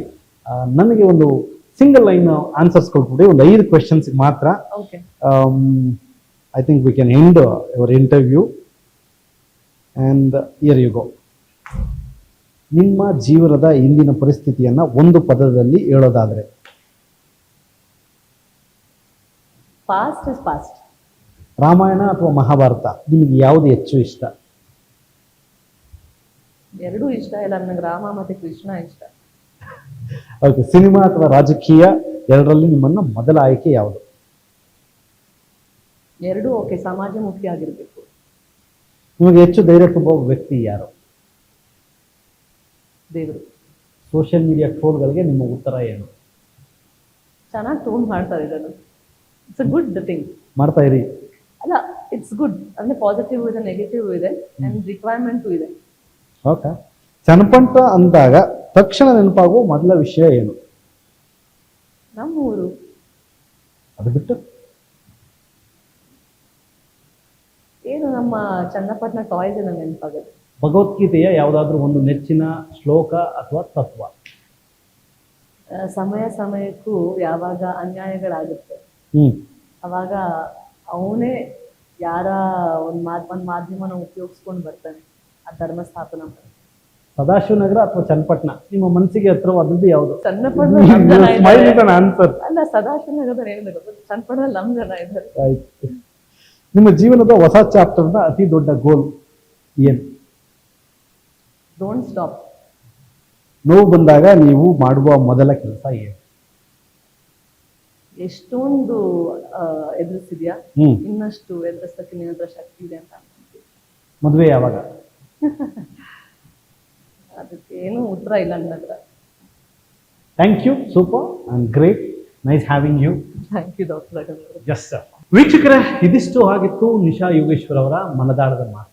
ವೀಕ್ಷಕರೇ, ಇದು ಬರೀ ಕೇವಲ ಇಂಟರ್ವ್ಯೂ ಅಲ್ಲ, ಇದರೊಳಗೆ ನೋವಿದೆ, ತಳಮಳ ಇದೆ, ಉತ್ತರವನ್ನ ಹುಡುಕುವಂತಹ ಹುಡುಕಾಟ ಇದೆ, ಹಾಗೂ ಸಮಾಜವನ್ನ ತೀಡುವ ರೀತಿಯಲ್ಲಿ ನನಗೇನೇ ಆಗಿದ್ರೂ ಪರವಾಗಿಲ್ಲ, ನನ್ನ ಅನುಭವಗಳನ್ನ ಧಾರೆ ಎರೆಯುತ್ತಾ ಸಮಾಜದ ಅಭಿವೃದ್ಧಿಗೆ ಬದುಕ್ತೀನಿ, ಸಮಾಜದಕ್ಕೋಸ್ಕರ ಬದುಕ್ತೀನಿ ಅಂತೇಳಿ ಸಮಾಜದಲ್ಲಿ ಏನೇನು ಮಾಡಬೇಕು, ಜೊತೆಯಲ್ಲಾಗಿರ್ಬೋದು ಅಥವಾ ನಿಶಾ ಒಂದು ಆಲೋಚನೆ ಅನ್ನೋದಾಗಿರ್ಬೋದು, ಯಾವ ವಿಷಯದಲ್ಲಿ ಜನಗಳಿಗೆ ಹೆಲ್ಪ್ ಮಾಡಿ ನನ್ನ ಅನುಭವವನ್ನು ಹಂಚ್ಕೊಬೋದು ಅಂತ ಹೋರಾಡುತ್ತಿರುವಂತಹ ದಿಟ್ಟ ಮಹಿಳೆ. ಒಳ್ಳೆಯದಾಗಲಿ ಇವರಿಗೆ. ಹಾಗೂ ಈ ಕಾರ್ಯಕ್ರಮದಲ್ಲಿ ನೀವು ಇನ್ಸ್ಪಿರೇಷನ್ ಆಗಿ ತಗೊಳ್ಳಿ. ನಿಮ್ಮ ಬ್ಯಾಡ್ ಕಮೆಂಟ್ಸನ್ನು ದಯಮಾಡಿ ಸೈಡ್ಗಿಟ್ಟು ಏನು ಬೆಟರ್ ಮಾಡ್ಬೋದು, ಈ ಹೆಣ್ಮಗಳು ನಿಜವಾಗ್ಲೂ ಹೇಳೋದ್ರಲ್ಲಿ ಒಂದು ಅರ್ಥ ಇದೆಯಾ, can you share this subject to somebody. ಈ ಒಂದು ಇಂತಹ ವಿಚಾರಗಳನ್ನು ದಯಮಾಡಿ ತಿಳಿಸಿ. ಬೇರೆ ಯಾವುದೋ ಹೆಣ್ಮಗಳನ್ನ ಕರ್ಕೊಂಬಂದು ಕೇಳಿ ಏನೇನು ಮಾಡ್ಬೋದು ಈ ಸಮಾಜಕ್ಕೆ ಅನ್ನುವಂಥದ್ದು ಬಗ್ಗೆ ಆಲೋಚನೆ ಮಾಡಿ. ಹೆಚ್ಚಿನ ಕಂಟೆಂಟ್ಗೋಸ್ಕರ ವಿಜಯವಾಹಿನಿಯನ್ನು ತಪ್ಪದೆ ವೀಕ್ಷಿಸಿ ಹಾಗೂ ಸಬ್ಸ್ಕ್ರೈಬ್ ಮಾಡಿಕೊಡಿ. ಧನ್ಯವಾದ. ಜೈ ಹಿಂದ್. ನಮಸ್ಕಾರ. ಹೋಗ್ಬರ್ತೀನಿ.